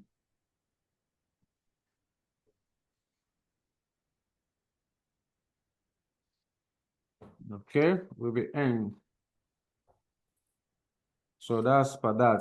Material B, if you like, you can comment on material B. If you like, you can ignore it. For material B, the only cost you have there is the 60,000. Sorry, is the 80,000, and that's what you have taken. If you like, you can comment on it. If you like, you can ignore it. So it doesn't matter. All right. So you have 80,000 naira for material B, and you have used the 80,000. So let's move on. The next one. Let's go back to the question again. Paragraph 2. We have labor cost of 60,000 naira, and we said that 60,000 naira is irrelevant. Irrespective of the decision taken on project X, that 60,000 naira will be incurred. Therefore, it is not relevant. So let's put it down. Labor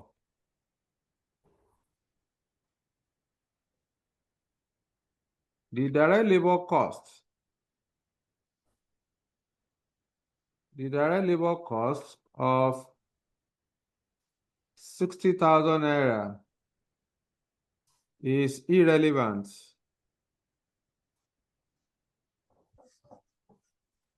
because the cost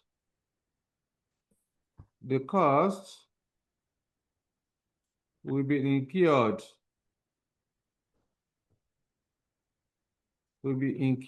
irrespective of the decision taken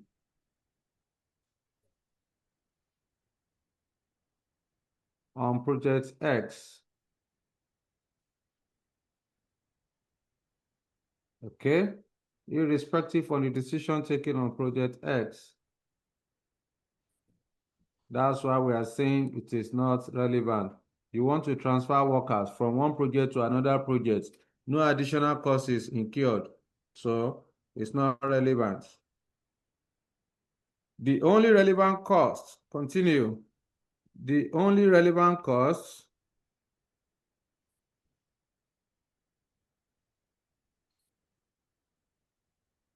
on labor is the extra labor cost.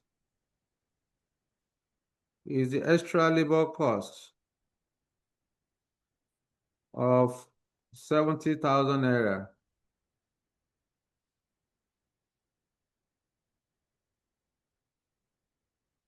Okay. What did the examiner call the 70,000 naira? Okay, it's extra labor cost. Okay, that's it. So the only relevant cost of labor is the extra labor cost of 70,000 naira that will be recruited to execute to replace the workers that will be transferred. So don't need to talk too much. Just summarize your points. All right. So let's move to the next one. Number 3, the third paragraph, supervision cost. Under the supervision cost, we said that supervision cost of 20,000 naira is irrelevant because the job will be carried out by the existing staff with their normal duty. No need to speak too much grammar. Put it there. Supervision. Number 3.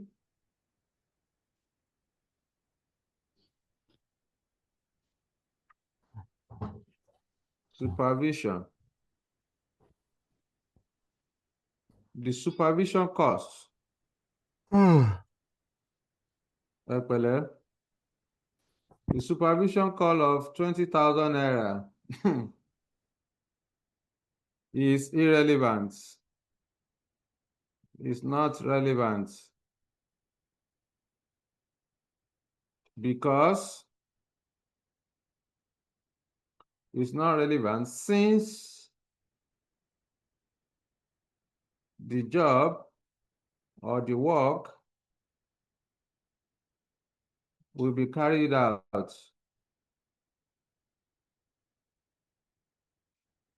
Let me write that. Will be carried out by the existing staff. Let me check.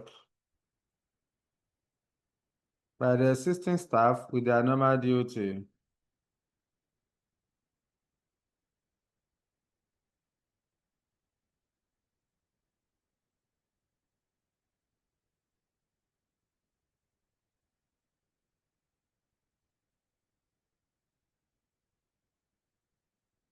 Okay, with their normal duty. So that's that. Let's move to the next one. You see the way you are supposed, it's not compulsory that you have to state your assumption the way I'm doing it. You know, we are different people with different experience and different exposure. The way we develop grammar differ. All right. So don't go and be memorizing it. Just understand the point. What the examiner is asking you is just for you to state your assumption, how you have arrived at your numbers.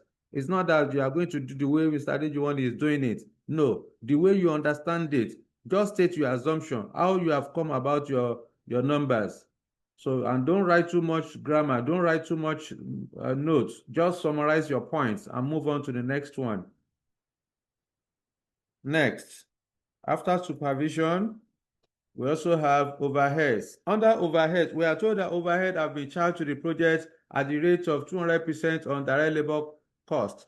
How do we overhead of 120,000 naira? We said this is not relevant because it is not split between variable and fixed overhead. Therefore, it is assumed to be general overheads.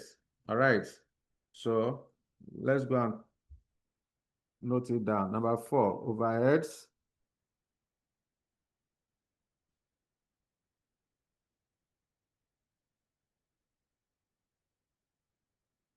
The overhead costs. The overhead of 120,000 naira is assumed to be general overhead. To be general overhead. Since it is not splitted between variable and fixed overhead.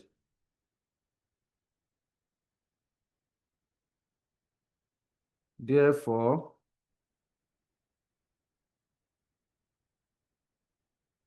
it is not relevant. It is not relevant to the calculation. But anytime you are given a variable overhead is relevant, you must account for it. Then number 5. Okay. Number 5, the next paragraph is we are told that the company is currently operating at a point above break-even point. The project will need utilization of machinery that will have no other use of the company after the project has finished.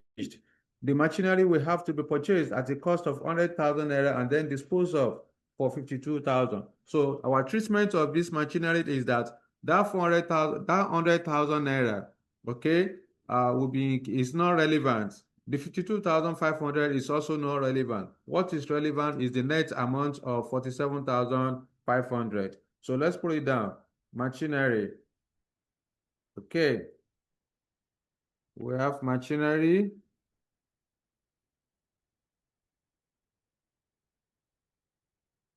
The cost, the original cost.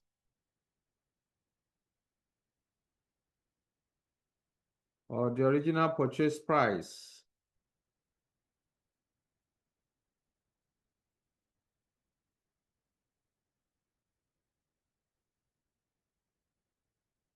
Of 100,000 naira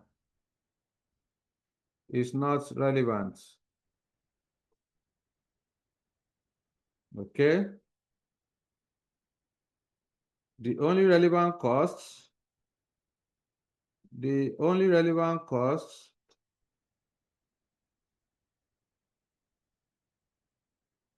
associated with the machinery is the net amount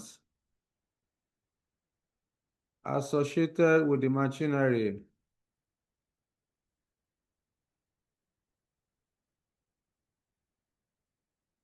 Is the net amount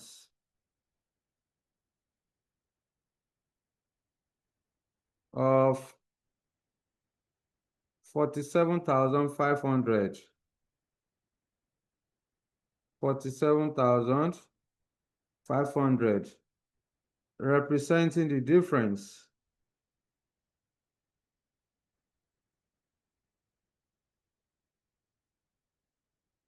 between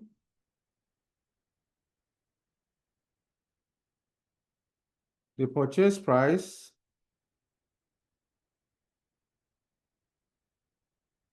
of 100,000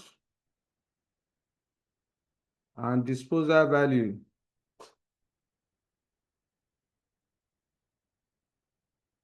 of 52,500. So that's our treatment of the machinery. Any other one? So that's it.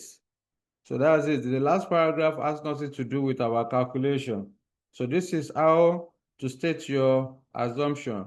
This is how to state your assumption. So the next thing we are going to do within the next 5 minutes is to write our report.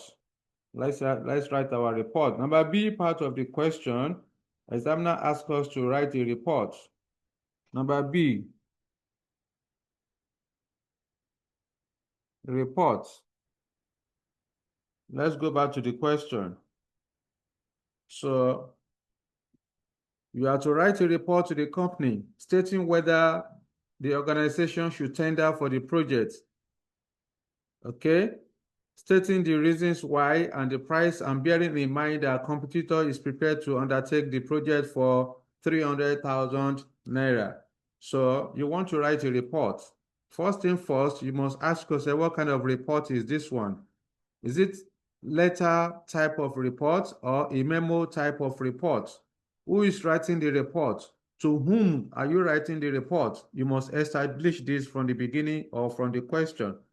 So because of time, I would have asked you to tell me what kind of report we want to write, but because of time, it's already, yes, the closing time, but let's quickly go through this together.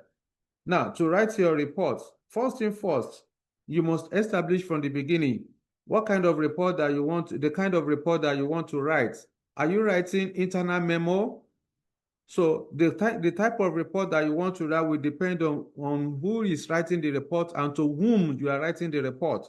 So from the first paragraph of the question, examiner, you are told that Ojuelegba Manufacturing Company PLC has approached you for some expert advice on Project X. Who are you? You are the management accountant. Are you a consultant? Are you a management consultant, or you are a management accountant embedded in the business? So you must establish that fact.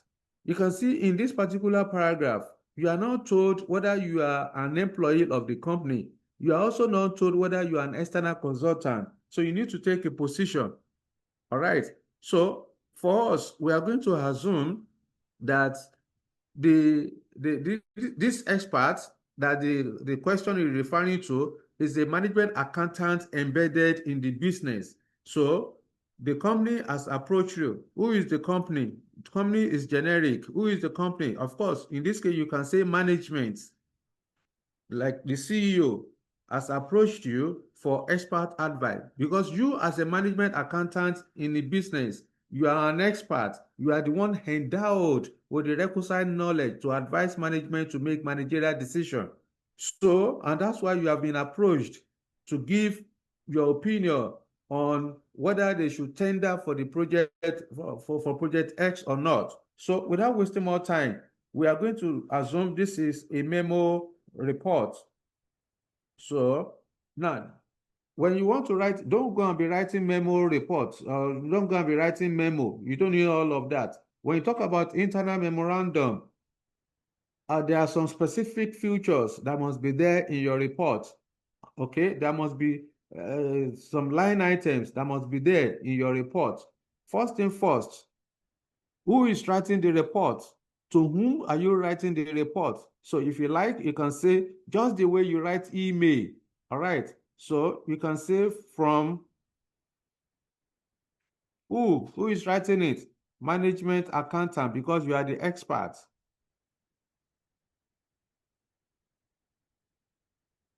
Okay. To whom are you writing it? So you are writing to the management because you are told that the company has approached you. Who is the company? Is the management that is representing the company. To management.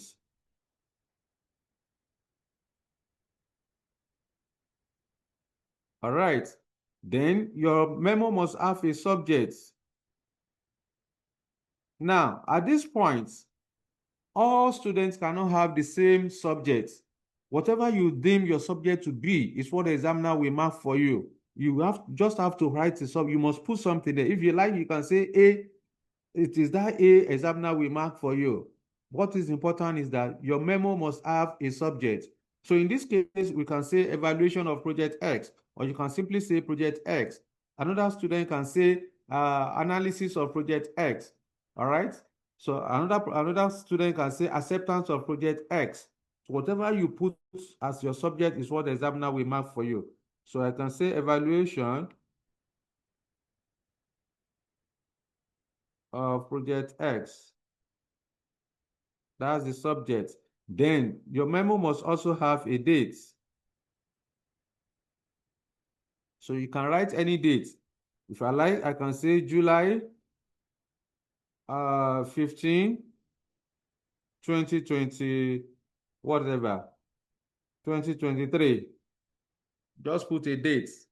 So that is that. Then you can also say remember, examiner has told you from the first paragraph of the question, you are told that the company has approached you. That means there's a proud discussion on project X between the company as well as between the company and the management accountant. So there's a pre-discussion. So you are referencing what was discussed on project X. So I can then say evaluation of project X. That is, you are referencing project X.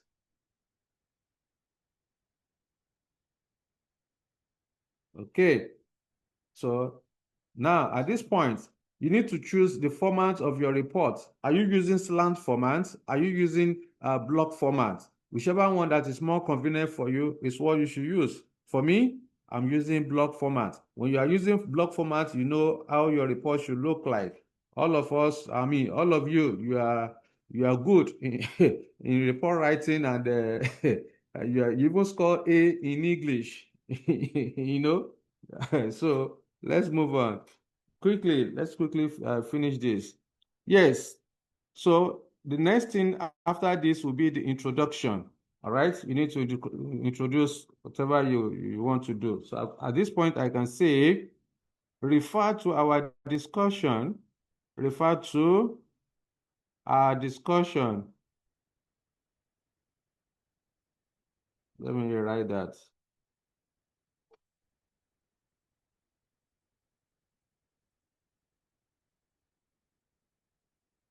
On project X. On project X. From overseas customer. Okay, so I would then say the projects, the economic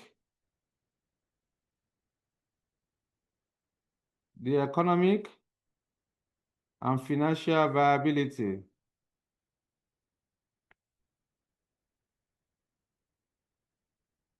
The economic and financial viability of the projects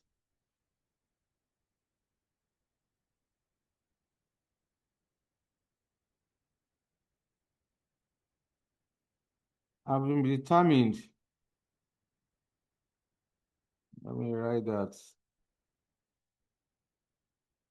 Have been determined using relevant costs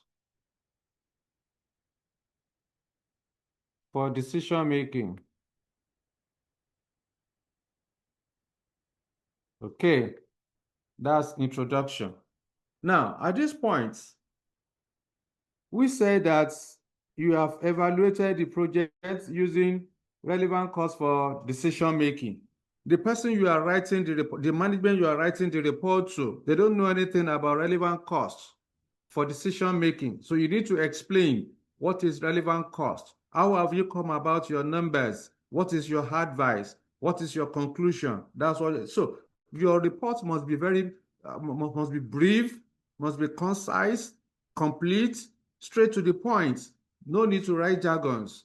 Just because management does not have time to be reading too much voluminous reports. So make your point very brief and then straight to the point. Not only that, your report must be complete. All the ingredients that are supposed to be there, you have to put it there. Okay, so move on. Next paragraph. At this point, I've given an introduction about the evaluation of Project X, and that I've determined the financial viability using relevant cost for decision making. So next thing I need to do now is to explain what is relevant cost. So I can say for this purpose,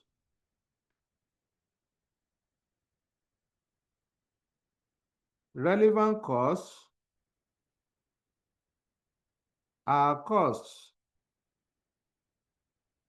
that are directly attributable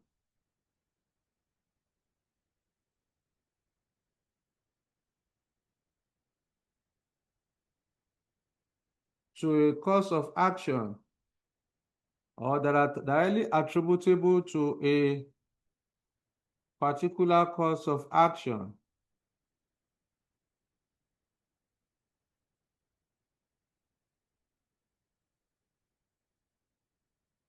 In making managerial decision.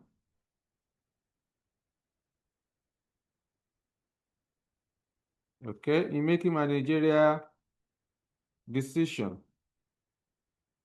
They represent the cost. They represent the costs that will be incurred on Project X.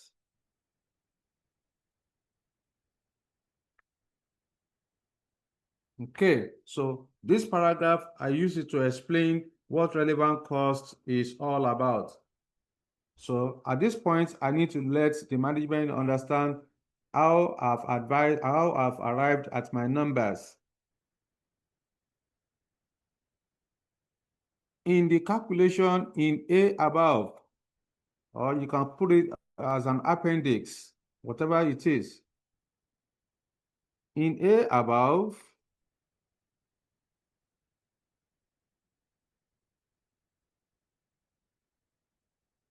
the total relevant cost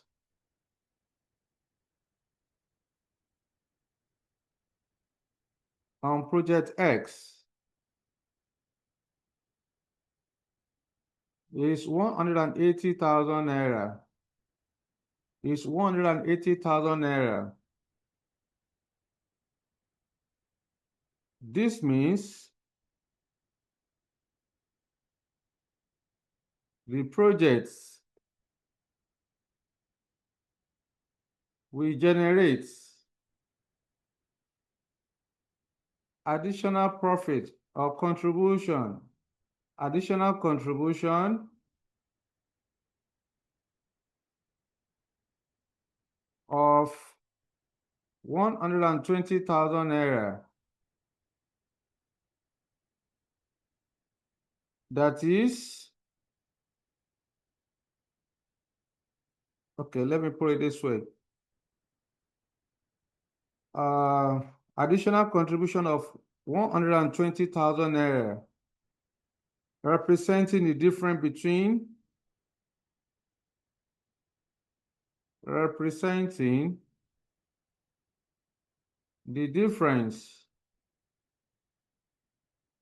between the contract price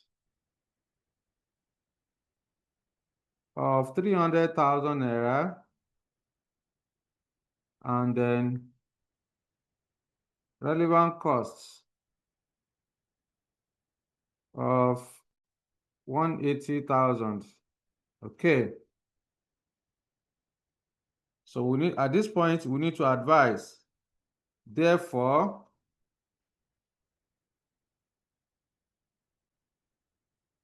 the project should be accepted. The project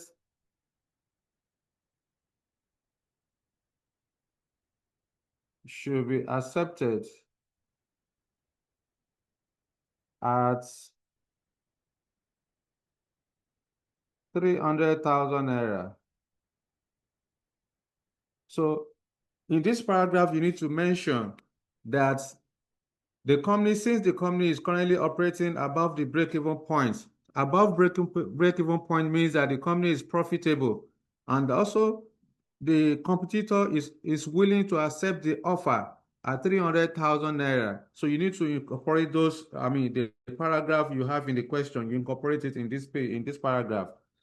Therefore, the project should be accepted at 300,000 naira, considering that our competitor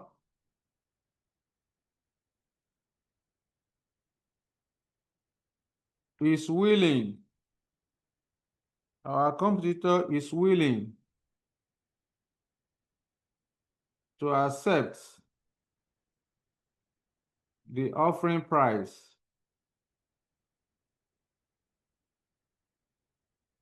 Okay. So we have made our point that the project should be accepted at 300,000 naira, considering that we are currently operating, okay, let me rewrite it. Considering that we are currently operating,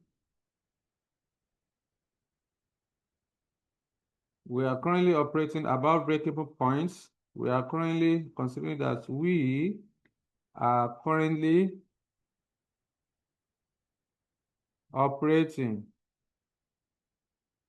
above break-even points, and that our competitor, our major competitor, is willing and ready to accept the offering price. Okay, so that's that. Finally, in conclusion, should you need further clarification,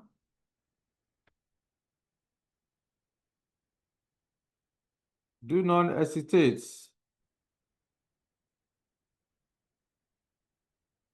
to contact me.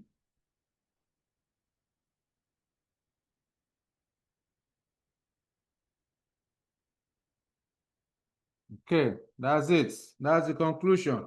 So there's no need for you to say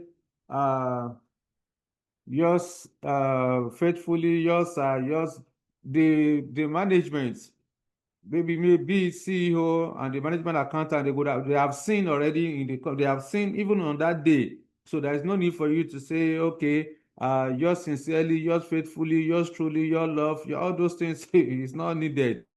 It's not, but in practice, okay, let me first thing first, let me conclude this.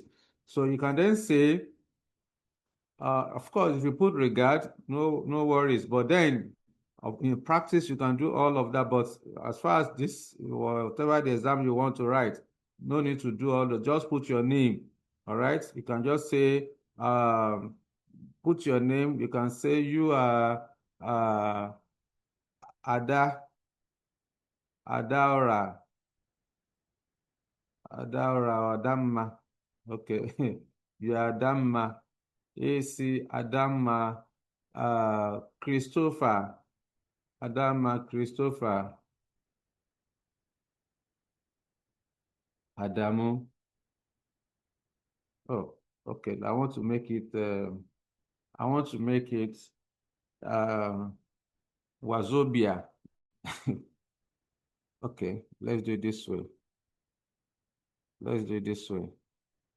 Adiola.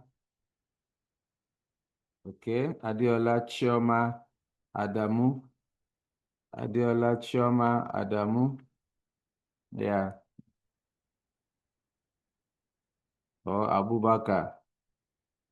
ACA That's your qualification, because you are showing that you are an expert. When you put ACA, FCA, BRT, all those designations that you have, all right, PDP, APC, or whatever the designation that you have, just put it there. That shows that you are an expert. All right. So you can just put management accountants. No need for you to sign. But in practice, depending on where your memo is going, you may need to put your signature. All right. In practice, you will need to put your signature, because when you write a memo, especially if you are writing to the management, you have to you may not be the only one. Depending on the size of the company, you will not be the only one that will prepare the report. All right, you participate. You may be the one to develop the report. Another person will review. You may have more than one reviewer. Okay, so another person will endorse. Another one will endorse. You may have more than one endorser within the depending. That's what I said. I depend on the company, the size of the company. Say, for example, a multinational company that has headquarters outside Nigeria. So the local management will need to endorse the report. So your final approval maybe is from the headquarters. They are going to do the final approval. But you that prepare the report, you put your name and signature. The people that review, they also put their name and signature. The management or the person that endorse, you also put the name and the signature, so that the management, the final approval will have the understanding that this report has been reviewed and consented to by the local management or by other person, just to ensure that the right thing. That means all lands are on deck. So many people have reviewed this report. Then that means whatever the management is going to approve is authentic. All right. So just to ensure that the right thing is done, that's why the report has to be reviewed and endorsed by different individuals within the organization. So in practice, that's how it works. But for the purpose of the exam, you don't need to put your signature. Just write your name, your designation, and that's it. Submit. So that will be the let me know if you have any question for me. That's end of the class of this question for today. So in our next class, we have 3 more illustrations. You can see only one illustration will be solving since, because I have to take my time to explain it. Okay, so let me know if you have any question for me before we close the class for today. Some of you have disappeared. It's understandable.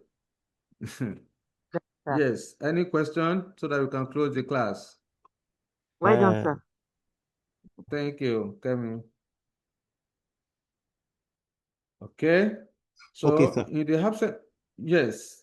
Okay, sir. Yes, Kemi, talk to me. I think I really know why they call it relevant cost. Now, I think it's because you have to remove any unnecessary cost. Of course. First, then whatever you arrive at, if the amount is lower to the customer's amount that is giving you, then you take but if it is higher, you will now reject the proposal. I think I understand it now, why they have to remove all those things. Thank you very much. I really am. You're welcome. Yes, Kemi, talk to me. I'm so sorry. I didn't join on time because of my network. You promised that you were explaining why overabsorption and underabsorption, why we are having and deducting from So you still I didn't know. remember, Kemi? No, Yeah, I did not talk about it. I just went straight to the topic of the day. Don't worry, I will do I that. I will look for opportunity to do that. No worries. All right. thank you. Has gone on. Thank you, Yeah. sir. You're welcome. Yes. Any other question for me so that we can close the class? All right then. So in the absence of no further question, I want to say thank you for holding on and for your patience. We are going to meet again next week by the grace of God, when we shall continue with the topic relevant costs for decision making. Bye-bye, everyone. All right, sir. Good. Thank you, sir. Bye, sir. Bye-bye. Thank you very much, sir. Thank you, sir. You are welcome. All right. Thank you.